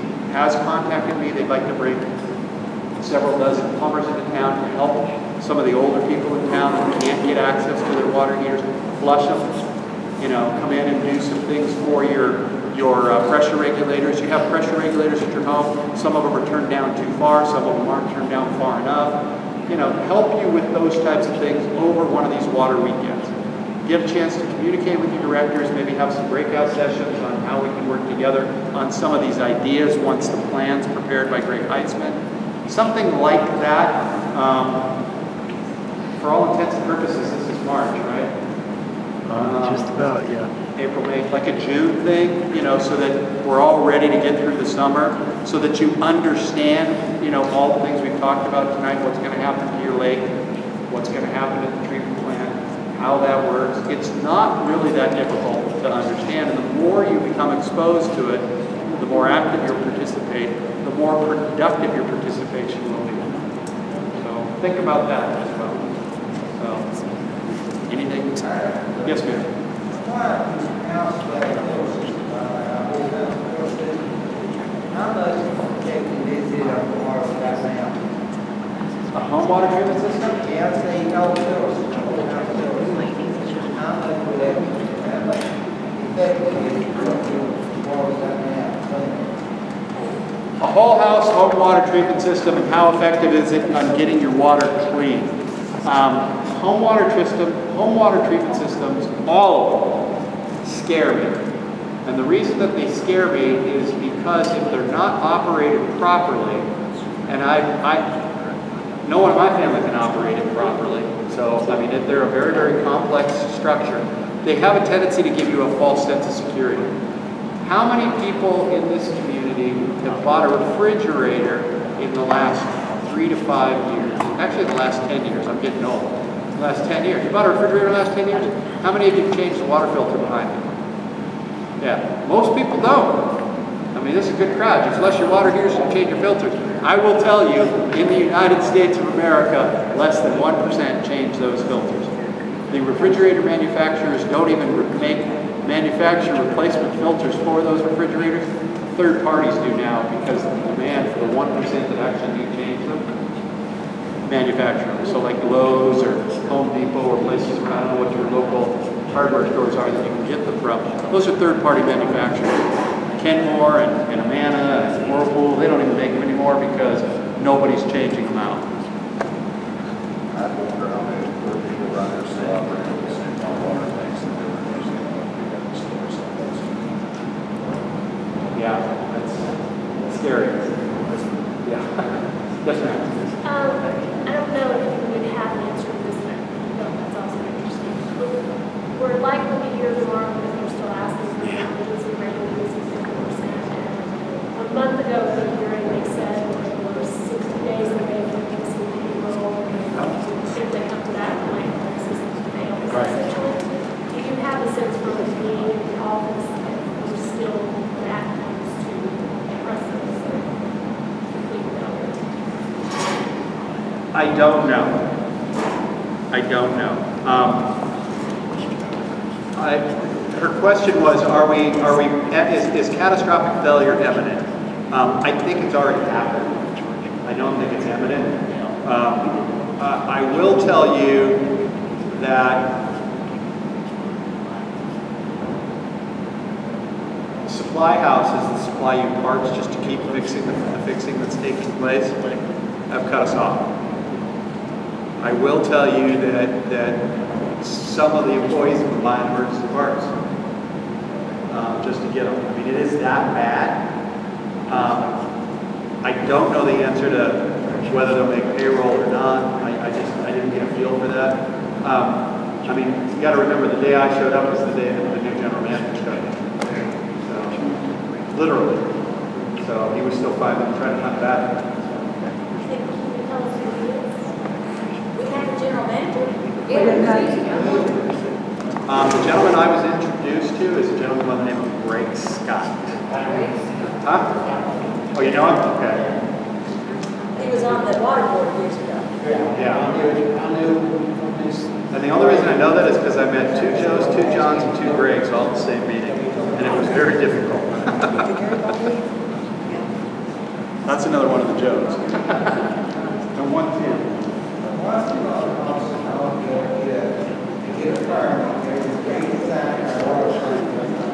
What will it cost to get an engineering firm in here to redesign?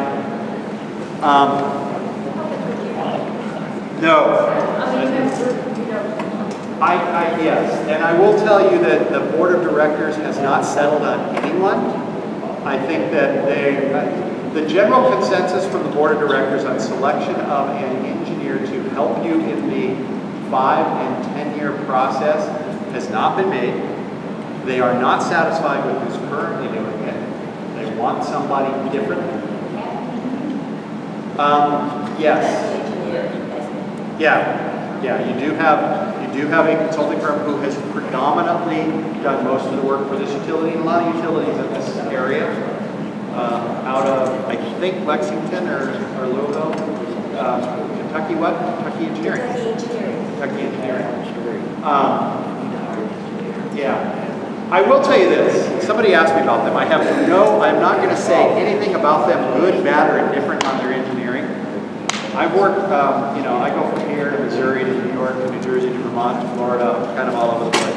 And I will tell you this that I did learn. I want to give some positive stuff so that you can kind of feel like you got some positive out of it. I've looked at engineering firms that have done small rural water community drinking water systems like this across the country, and I've looked at their work, and I've looked at their bills, and I've looked at their proposed costs. They actually are signed on, Kentucky Engineering is signed on to both the grants as the engineer of record that prepared the grant engineering documentation. Okay?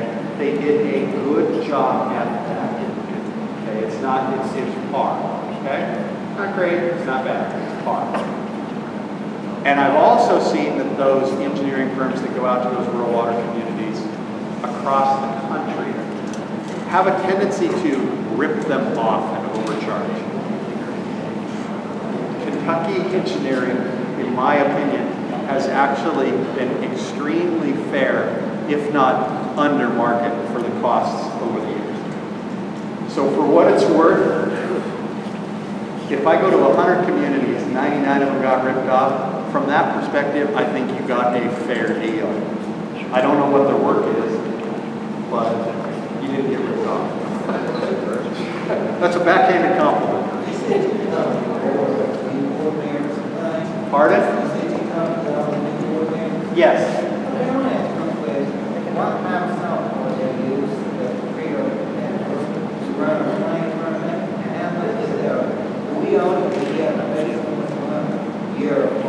Software, it's just a Microsoft program.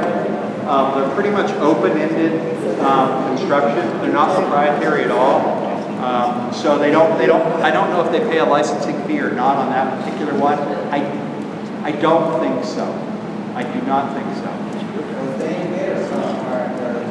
Yes. But I wouldn't want you spending money on that because it's going to be obsolete in a year. I'd rather have, it's weird, you know how integrated systems are, software systems are? You need hardware that does things, and then the software analyzes what all the hardware is telling them. You're not ready for software. You need to spend your millions on hardware first. You was talking about the rural water intake, the way they had that set up. They asked particularly the engineering firm was that work. Which work? The raw water intake. I know it wasn't Kentucky. Do you know who did the raw water intake? It was two other engineering firms that. Do you remember the names of the engineering firms who did the raw water intake at the river? PDR. PDR would have probably. There, that's one. PDR. And didn't the guy who worked for Kentucky Engineering, was he on PDR? He was with PDR at that time. Okay, that's who did it. Yeah. See, I don't have all the answers. I didn't know who that was. So, it's terrible design. I'll rule on it when I see it. Were they also responsible for this type around here? We've got a lot of rock, and a lot of places you may have to go 200-300 foot down there and rock. They lay that plastic pipe down on that. Whatever comes out of it, that's what you throw in it. Don't put sand around it. That water line all the time moves just a little bit. He told me on Route 3, he said that line resisted that. I don't know. It moves. That's why I told him that, and it's right on them rocks. Why don't they put sand around it? I didn't look at that. I'm glad, these are important points because they're policy decisions and there needs to be specifications. Standards and specifications, you don't have them for this water district. You need them. I might give you a set of those because I got those, okay? And there's standards, you know, how do you do a standard tap? How do you do a fire hydrant installation? How do you do pipe shading with new material? You know, is there a local, you know, rock and sand company that sells you grass aggregate, like rock, sand? Yeah, it's sand down there. Sand scares me only because most of your lines are shallow and in the ditches, and I think that would just wash away. You know the stuff you guys use? Down the over top of it. Oh, okay. Well, yeah, they should shade the pipe with sand. Yes, I agree. You don't fill a hole up with sand. Yeah. Then put it around the pipe itself. I see this, what they call pressure base, which is usually the inferior rock that they don't wash all the dust off. They call it pressure base out my way. I don't know what they call it here. Dense grade. It's the stuff you use. It's got a grade? Dense grade. Dense grade. Yeah. So you shade it with sand and then you dense grade on top is what I would do. So, and then I give them about 6 inches of dirt for grass. I think that's a big part of the problem, is that, you know, our workers work hard and long, but not necessarily real smart. And I don't know that they're trained. They're trained in how to do it. I mean, they're working themselves to death. Right. Because they didn't do it right the first time, but I don't think they're getting the training. They're not. They're the best training that they've been getting, and it's extremely limited, has been from rural water. Very limited. I will share with you one of the thoughts I had standing out, you know, at the treatment plant today, is they might not know how to do certain things, but the things they've been taught, they excel at. They actually do really well. You've got one of the best leak detection crews in this part of the country, period. Well, they've got a lot of practice. You've got one of the best leak detection crews because rural water's been in here. They've bought the equipment. They've done it right. They've learned how to do it. But you're right. They've never been taught. You know, sand shade that pipe, put the pressure base around it, and then this is how. That's a standard specification, and you do them all the same way. Yes, sir. You go putting them lines in. The flow inspectors are. They do them this way. They go along. They whatever, so nobody likes to watch. Right. Or the inspector is somebody who is not trained either. Not affiliated with the outfit, that's right. That's right. Somebody. But, you know, common sense tells me that I live on where I have 12 drive. I piped that driveway from the end of my water heater is at. I piped it up the driveway. Right. A pipe in a pipe. That way, if I have a leak, all I have to do Just leave it. is yank it. Yep. You know, do another business. Mine's 3 foot deep. When they put in a meter in on my property, and I went back out to it, I can take my hand and brush away the dirt that's on top of that pipe. I mean, it kills me down at 3 inches deep pipe is going to keep the freeze being 0 below. It's not. And it grows twice, right? Yours, bro. Right. And but 2 inches, me telling them, don't me, it's going to be this is pipe. Yep. Act all because they couldn't even put a small little propane tank down in the water and thaw it out. They decided to build a fire around it with a lid on it. So now, you tell me, yeah, smoke it. So you tell me, I mean, I'm hoping that the work is, and they do work, or course they don't have to do, but are they going to be trained? Yes. On how? Yes. Yes. No, they do. I don't know how many of the crew I met, but I met most of them. They're local guys, they're the local high school, they're good guys. Yeah. Yes, sir.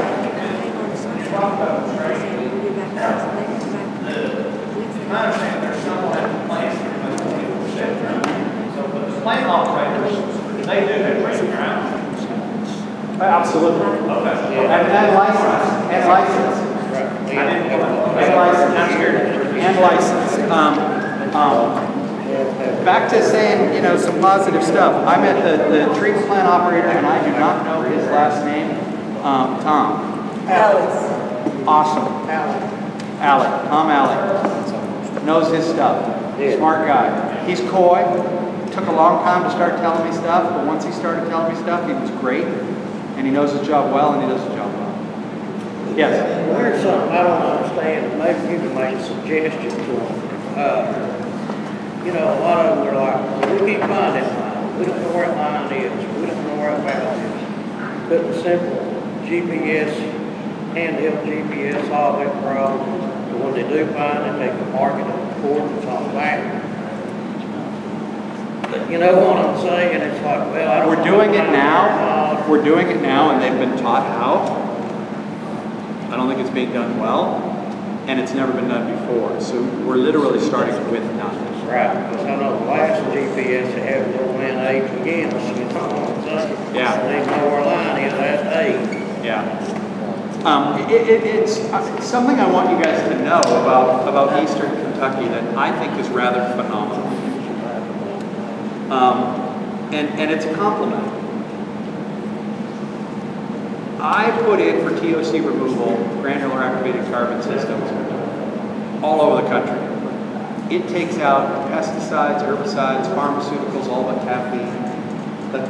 The emerging contaminants of this country. The largest carbon activation facility for water treatment in this country is in Cattlesburg. Cattlesburg. Thank you. Right up the damn road. Right up the damn road.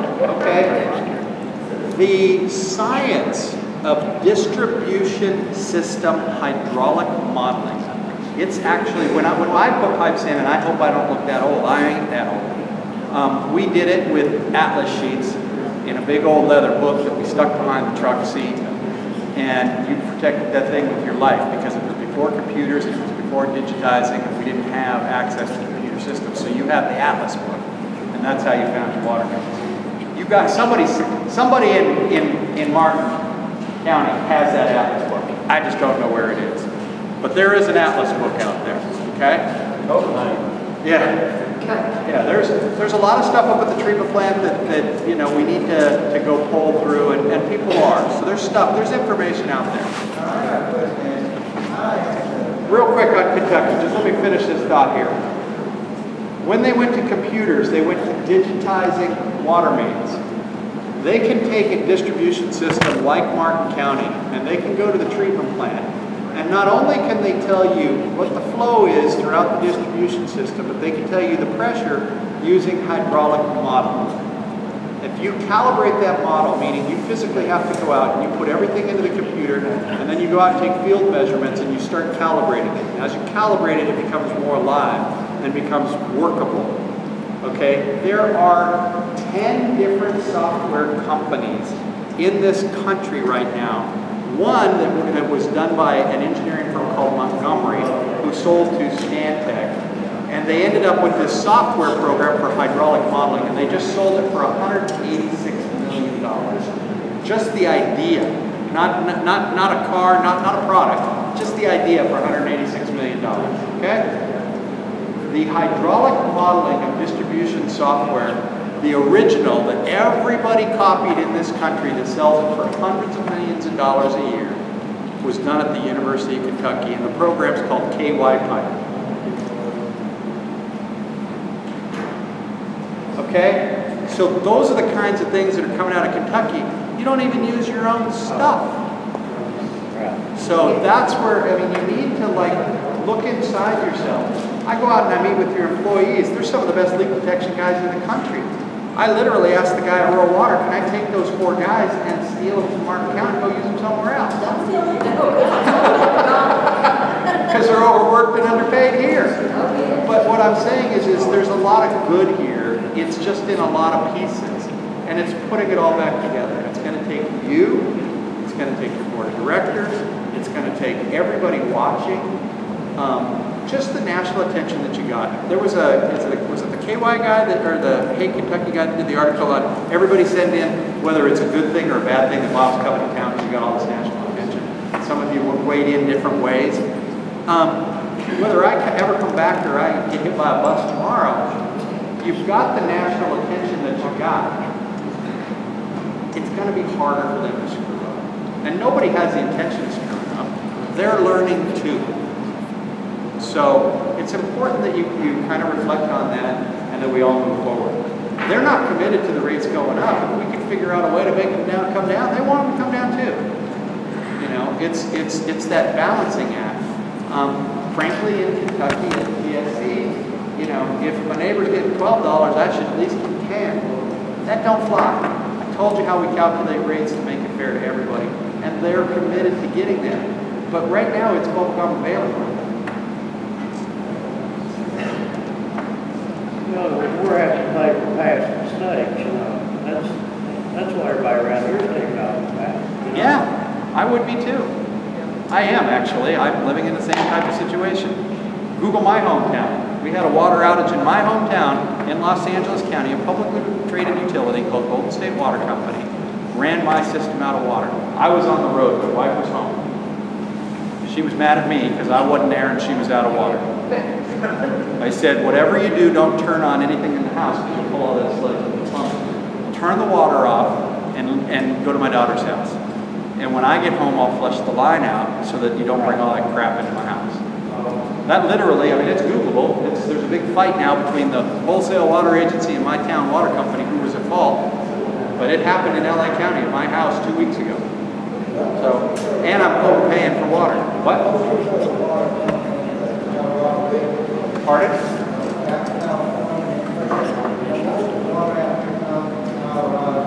Yes. Well, no. A lot of water comes from the Colorado River, a lot of water comes from the Sacramento Delta, and a lot of water comes from local groundwater. It snows behind my house in Los Angeles County. And they capture all that snow and we bring it down to concrete channels and put it in mined out rock quarries to recharge the groundwater aquifer, and then we pull it back out groundwater wells. So local supply is about 80%, 20%, 10 from Colorado and 10 from Sacramento come in.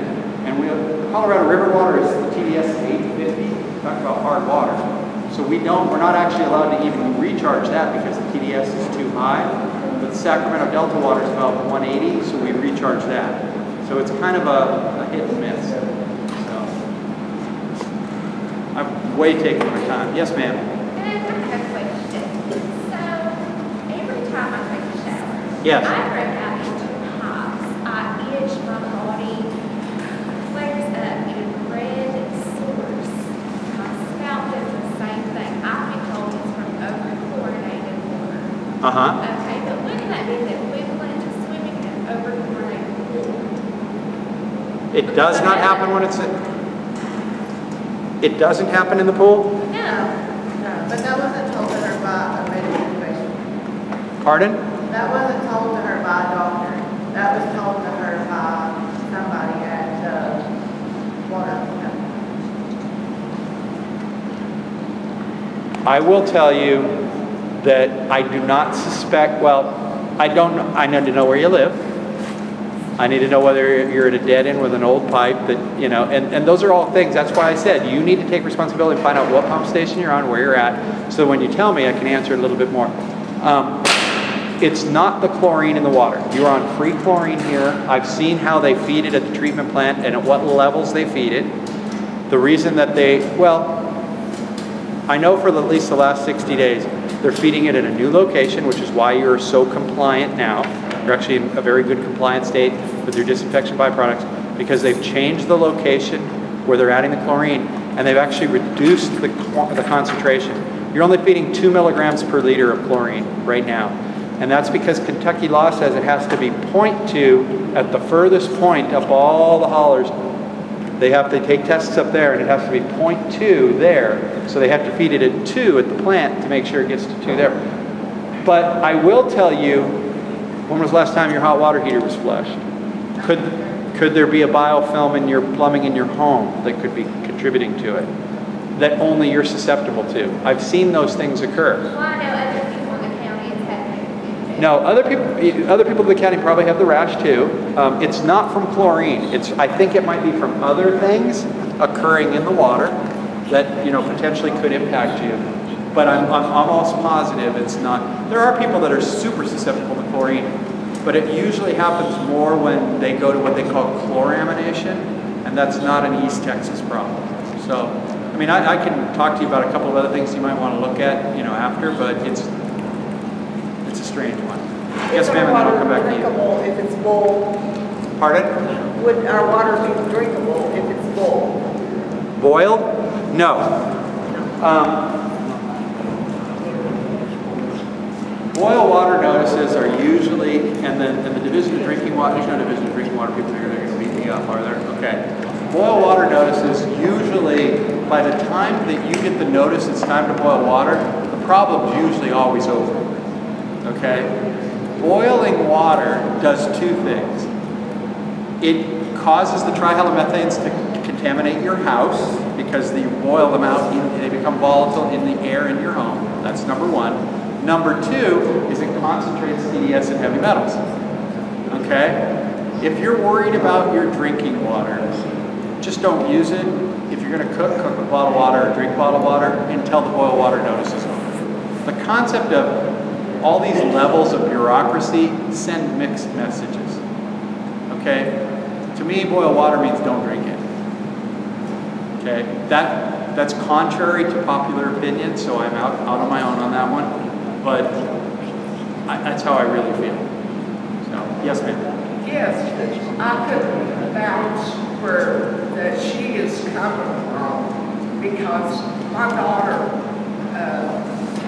is got the same problem because her face and my granddaughter also has the same problem.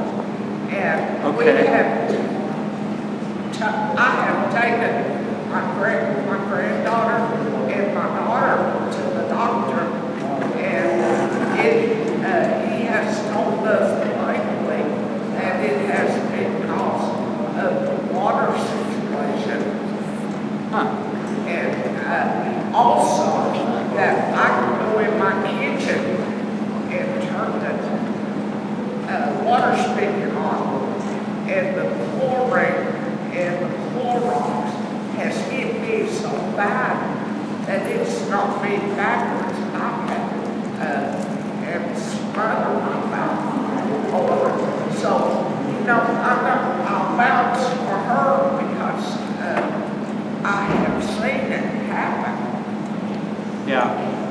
There are a lot of studies out there that say all different kinds of things. There is a percentage of our population that is chlorine sensitive.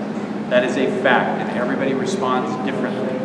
I will tell you that I think that a lot of upper respiratory COPD and asthmatics are extremely susceptible in the hot showers. And I encourage people that have that susceptibility to take cooler showers. Because once that stuff becomes airborne, it becomes a real problem. I will tell you, and I'm not going to weigh in on this politically whatsoever. I believe it's a community decision, and I have my opinion, and I'll share it with you, but no, it's my opinion, and it's not popular with a lot of people. It's popular with some, but not others. You're almost broke as a drinking water system. Why are you spending money on fluoride to pump into it? Fluoride, whether you want to believe it or not, doesn't do a damn thing for your drinking water. Especially if nobody's drinking it. Especially if nobody's drinking it. It costs money. It's a community choice.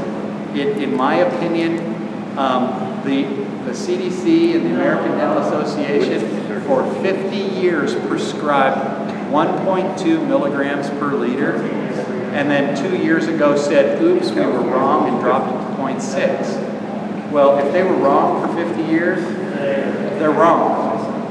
I don't have an opinion on, it's not a mind-altering drug. I don't believe that garbage or that conspiracy theory. I do believe that fluoride does contribute to enamel on your teeth, but that's why it's in so many other different dental prescribed products like toothpaste and things like that, if you choose to use it. But to put any substance in drinking water that's not for drinking water, don't do it. And you guys are doing it here. I will tell you, there is a book coming out, because I got a preview copy, that says that fluoride in drinking water is causing increased acne in this country. There's an acne report that's coming out. I'm not a doctor, I'm not a toxicologist, I don't get into medicine whatsoever, but there are two sides to that story, and I err on the side of If you don't need it, it doesn't have anything to do with drinking water, and it costs you money, don't do it. But if we're doing it, we don't need it, how do we say don't do it? I think just collectively, you start expressing your opinion that you just, why, you know, if you got a Cadillac system and you want to, you know, feed fluoride and knock yourselves out, go to a vote of it and do it with your eyes wide open. A lot of people, it just became a real popular thing to do. The American Dental Association got real, you know, they pay lobbyists to get fluoride in drinking water systems, and they talk about all the public good it does. It's just a waste of time and money as far as I'm concerned. Yes, sir. Could that possibly leave the white hard substance on the glass, like calcium carbonate here? Yeah. You put glass water down, let it evaporate, and, you know, it's just white. That's Mary's TDS, and I don't know what that is. I don't know what the TDS is here, but that's the white rings or calcium carbonate. Well, I mean, it's white all the way. You know, interestingly enough, when these treatment plants were originally designed, they were designed for lime softening. Okay, so they've discontinued that practice. But usually when I see it where it was before and it isn't anymore, they stop doing it because it's very dirty, it's very hard to do, and it's very expensive. Water quality may have changed and they didn't need to do it anymore. I don't know what your total dissolved solids are or what your calcium carbonate, you know, looks like, but we'll be looking at that. So, the idea is we're never going to get you a perfect system.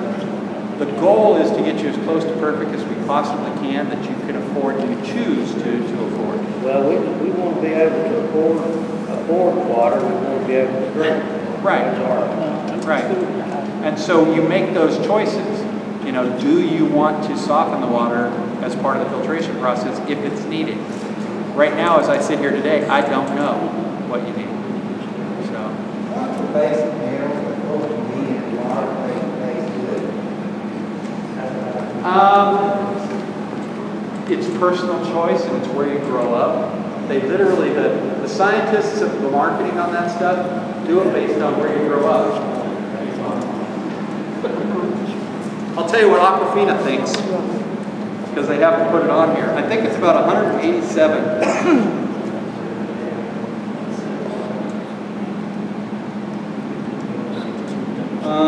They actually don't. Source 346 Suburban Sanitary Commission. This comes from Washington Suburban Sanitary Commission, so maybe I don't know whether it's... I think they don't come from the Flint River. Oh, it's bottled in, this is bottled in Hyattsville, Maryland. It doesn't say. It just says it's remineralized, but they didn't put on here where it might, how they get away with not putting it on the bottle is if you buy it in a big case, that it's on the case. That's just city water. What? I'm sorry.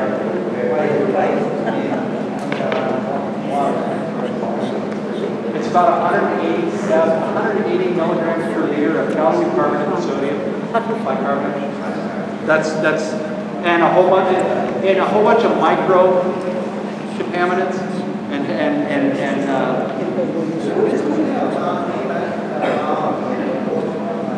I need to get that. I don't know. And I will tell you this. One of the questions that I asked, something that you need to be aware of back on the water quality issue here, because we're talking about differences in water quality. Right now, I was very serious when I said the current water source in this community drinking water system today is last week's rain. Okay? Last week's rain has a different quality than the river. Some would say it's better, some would say it's worse. But right now, you're drinking last week's rain. Okay? Water quality general analysis is done once a year. So if they happen to come into town and do the water quality analysis that they plan everything off of, when you're on last week's rainfall, it's not going to be the same water quality when you're back on the river. It changes. So you keep asking the hard questions. What is it I'll tell you what it is on Tuesday, but I don't know what it's going to be next month because it literally changes that much.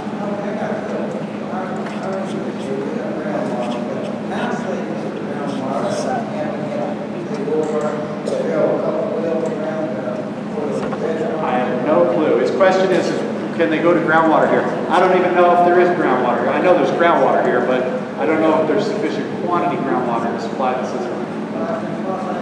Some of it's got sulfur, some of it's got Sulfur, because of the some cold. of it's got salt. Yeah. Iron, manganese, salt, sulfur. I would suspect that in the coal country. I have a question. Yes, sir. Let's say, if you was on the board, what kind of qualifications would you look for in a future elected? Ooh, tough question. No, not a tough question. I just did this in Corpus Christi, and the city manager put me on the OR board to hire the general manager in Corpus Christi, Texas, because she asked the same question.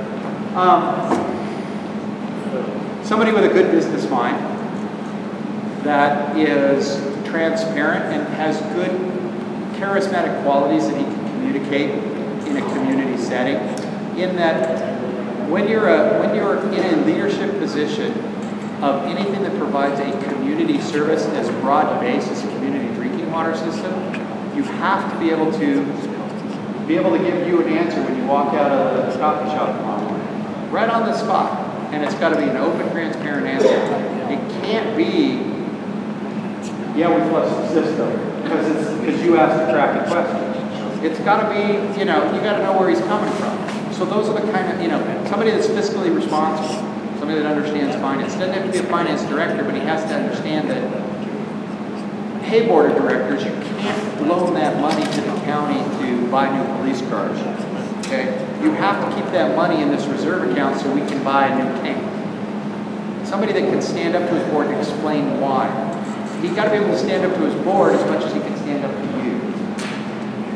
And then he's got to have the technical understanding of how the distribution system operates.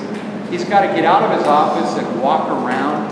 He's got to go talk to Tom at the treatment plant. I learned more from Tom in a 15-minute conversation than a lot of people will learn from him that work here for a year. Because you've got to go sit down and talk to him.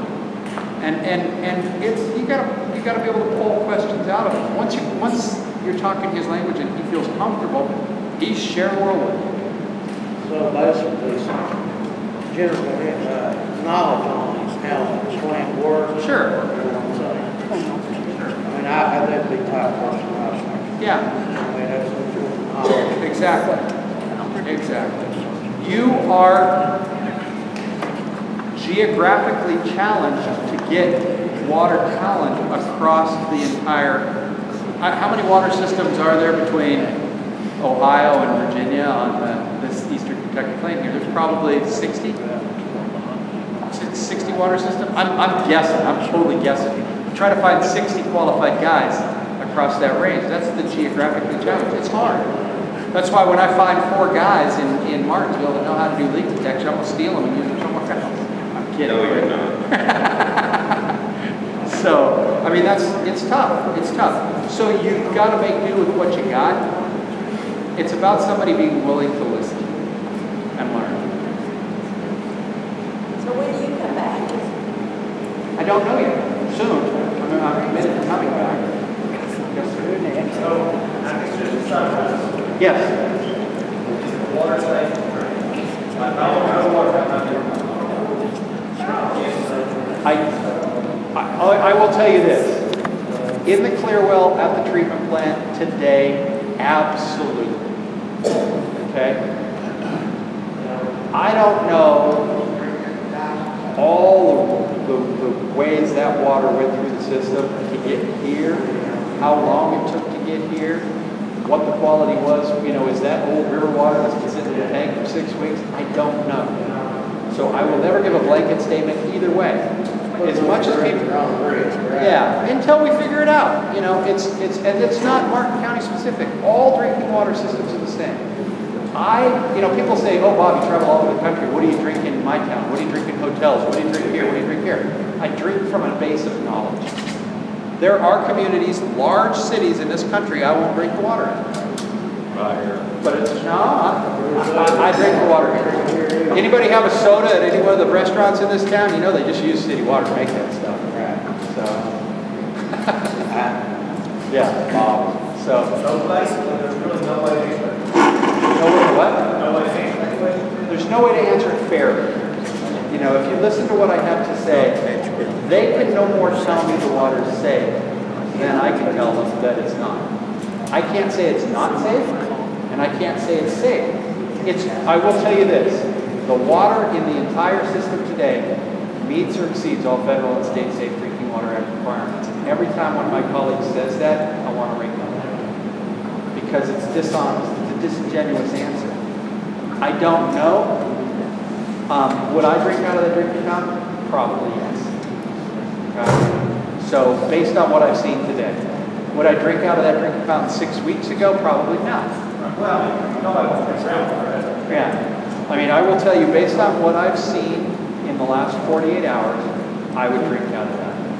That's a modern drinking fountain. There's no lead in that drinking fountain. Lead is in the three-headed monsters, those big white porcelain ones with the three ship turner honors. That's where lead's at. It's not in those. So, yeah, absolutely. And that's even got a carbon filter on the side. So, yeah, trick question. Yes, I will drink because I see the carbon filter sitting on the side. Yeah, it's that white thing on the side right there. So my point being, you drink from a base of education. So is chlorination byproduct all this place? Yes. Chlorination, anytime you oxidize any organic, whether you use any disinfectant, always creates disinfection byproducts.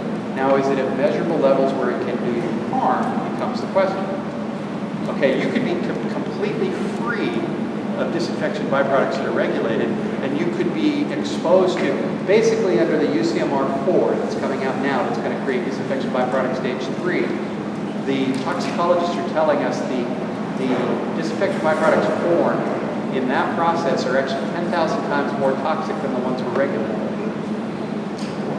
I mean, that's insane. We're regulating chemicals. I couldn't even say part per trillion. It was not in my vocabulary. We started with parts per million when I started. When I left, it was parts per billion. They're now regulating in parts per trillion, and somebody used the word parts per quadrillion recently, and my mind exploded. Well, what about UV? Pardon? What about UV? UV works great, but it doesn't carry a residual. The reason the residual is in there is to kill bacteria in the distribution system on the way. All pipe will create biofilm.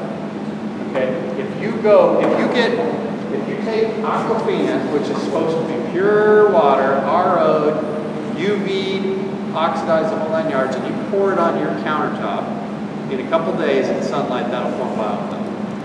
It just happens everywhere. Biofilm is everywhere. You get up in the morning, that stuff on your teeth, that white tongue, that's biofilm. Okay? So it's everywhere. So your pipes are going to grow it. So you can use UV light at the treatment plant, and it gives you huge contact time credits, which allow you to do other things in your treatment plant, but you still need to put chlorine in so that there's a residual in the distribution system. Yes, ma'am? Did you say that we could tell where our water was coming from by the backs of the water bill? No, I did not say that. That's one of the things I talked to some of the board members and staff about today, about something that wouldn't be very difficult to do. Basically, talking about testing our direction because there's been so many cases of cancer on that area. And then I read the paper, I think they put us up actually on Pressbrook water. And I also read where they go Pressbrook $60,000. Maybe I won't have. you have 3 interconnections with 3 different water utilities, and how much is coming from them at any given time is a mystery. Nobody really knows. I will tell you, we all stood up at the airport tank booster station yesterday and watched water pump up the hill in a circle and go back down. And I'm not sure whose it was. I mean, it's those are the things that need to be corrected. So. May or may not be coming from Pressbrook. And not in defense or advocacy for any party, but I will tell you their water isn't any better than your water. Their economics aren't any better than your economics. They have a good general manager today, they may be unfortunate and have a bad general manager tomorrow. You know, this cross-county line tiff that I've been reading about in the paper is kind of ridiculous. And I hope everybody, my recommendation is everybody in this room hold their ground, protect your assets, protect your revenue stream, don't allow anybody to sever you, and don't take a raw deal for what that's So don't worth. sell our prison tank, I think. What? So don't sell the prison tank. No, absolutely not. Absolutely not. I would recommend apparently there was a lease structure that everybody agreed upon, and the other party, not Martin County, is reneging on that agreement. I support that for a temporary lease because it's not severance. Until you guys get your stuff up and running again, right? They are supplying a federal prison, that's a federal contract. It's benefiting you, it's benefiting them economically. And I advocate that you lease it to them for a 3 to 5 year period while you're reinstituting your system, and then get a contract and take it back. But they are like vultures circling the dying carcass. Yeah, that's what they're doing. And that's wrong. That's wrong. I have a moral problem with that. I'll call that out. Yes?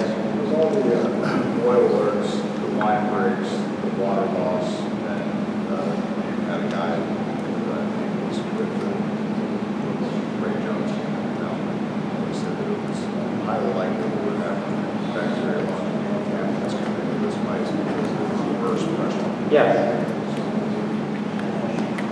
Drink the water that was on the other side of that week. Not now. Black stuff, Or, brown stuff. no, absolutely, never.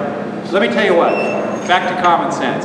If it smells, or you can see it, don't drink it. Don't do it. I mean, if it smells, you know, even I work in systems that have iron, manganese, sulfur, and the color, and everything like that. They say, oh, iron, manganese, those are secondary standards, it's perfectly safe to drink. Don't. We have a lot of stomach bugs that go around. Yeah. No, what happens is, I mean, you guys can do this with a straw, okay? You know, and so if you've got a pipe like this, and you've got a leak down here, and a leak here, and an empty tank here, as that goes down, it creates, actually, it doesn't just creep in, it gets sucked in. It's hydraulics, it will suck that into that crack, and literally pull it in. And then you have to rechlorinate the system, bring it back up to speed, let it set for a good long time, flush it out properly, and then you can reuse it. But anytime you have a system go down where it loses total pressure, like mine that I was sharing with you, if a water system loses total pressure, it is, for all intents and purposes, contaminated. Period. So that's what the boil water advisory is. Yes. And I don't believe boil water advisories until that thing's up and certified and back in business. The boil water advisory over it says do not drink from my Before the boil water advisory can be lifted, they first must do testing. Yes. Make sure there's no bacteria or 48 anything. hours. That's why you get all of Do they that. test it, or do they just say it's been 48 hours? No. It has to pass. It just takes that long to get the bacteria, test back. It used to be, they used to do plate counts. They used to basically. Okay, so let's say, for instance, it's been off from Warfield. It just broke up here. Right. It's been off from Warfield, okay? So they say boil water advisory in Warfield. Do they then come to Warfield and test it? Yeah, when they put it back in, they have to. And they have to maintain a chlorine residual for a dedicated amount of time. It's 2 days. Yeah, they flush the lines, they get all the crap out, and then they bring the new water in, and they're supposed to flush at the end of the line and take tests. Usually you go, okay, yeah, they take the test. It has to be a 0.2 chlorine residual for a period of time, then they can release the boil water. They're pretty strict. On a scale of 1 to 10, Kentucky's 8 or 9 on strict as a state. So you issue more citations for things I wouldn't issue a citation for in other places in Kentucky. It's pretty strict. Getting back to the water plant, I know you said it needs a lot of upgrade. You have balls out there, what would you say, 10 million, somewhere in that neighborhood to get it? Just the treatment plant? What you want to do, right? What I want to do will give you probably 10 years. Okay? You know, it does. It's the ballpark. About 3 or 4 million. And I'm high because there's so many unknowns. And the only reason I'm doing that is That's not counting the raw water, is that? No, just the plant. And I'm just taking what you have, what I know you have, and reusing a lot. I mean, if you didn't have those 3 EQ tanks there, then I would be starting from scratch. And you have the clear well there. So all I'm literally doing, I even identified the part of the parking lot that I put a concrete slab in, a tiny well, that would come out of the EQ tanks, 2 pumps that would go to 2 treatment trains, 1 pump on each treatment train. Get the skid mount. It's a 3M new membrane that's come out. Water people suck at getting technology in the marketplace. Where all the advances have come is out of oil and gas fracking industry. They're having to treat all that blowback water.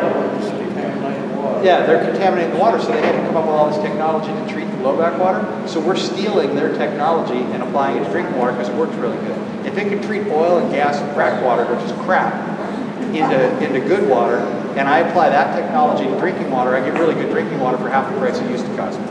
So I'm talking about taking 3M Corporation ultrafiltration membranes, putting them, it would look like, have you ever seen like a RO plant? It looks like an RO plant. It's a skid mounted thing with a bunch of white tubes in it. I put it in there. On the other side of that treatment train, I put in these 2 tall Calgon tanks. They were running about, for a Model 12, because I want to go to the 1.5 million gallons, you're probably looking at $235,000 for a set. That's full of carbon. And then I drop the water. I wouldn't even leave the building. I go right, the clear well's right underneath the part of the parking lot I'm talking about. Boom. So I reused everything that's there. I pull all the metal out of it, reuse the concrete structures, and I put it right in there. 3-4 million bucks. So, and I'm high. Do you know what the water loss is in the road tank? Water what? Water loss. Water that's. I'm gonna swag. The real water loss to me is probably between 40 and 50%. Down from 67%. And the reason that I'm saying that is a lot of it I don't think is as much loss as it is pumping in circles. Pumping what? In circles. I think that some of the loss is just bad system accountability, and when they get the meters in that they're trying to get in, they're going to find water. I think about 20-30% of it, or 20 to 30 of the 50 is leaks, and I think 10 to 15 is theft. So once we get it's theft. Pardon? Cut it in half. For every gallon you don't have to produce, it's electricity, chemicals, labor doesn't change. Electricity, chemicals. 65% loss. Look at the cost of treatment to treat water that's just going into the ground. Oh, totally. It's 50% right now. You know where your biggest cost is? The electricity to run it from the river up to the lake. And you're pumping an extra million gallons you don't need to pump. So what I would do out there is I drop the pumps down on the concrete wall, and I put in variable frequency drives. And I would turn them on and leave them on. And we would watch that lake to where I was operating in the 6-inch range. And that pump would ramp up, that pump would ramp down. And then I'd run it, optimize it to where on time, I would just show the pump the most demand at 6 at night to 6 in the morning when you get the cheaper power rates. Fill it at night, drain it in the day. Yeah. Right now you've got pumps with shaft on them that, holy cow. Yeah, it was a little articulated screw. They just put that in our, I guess 20 years ago.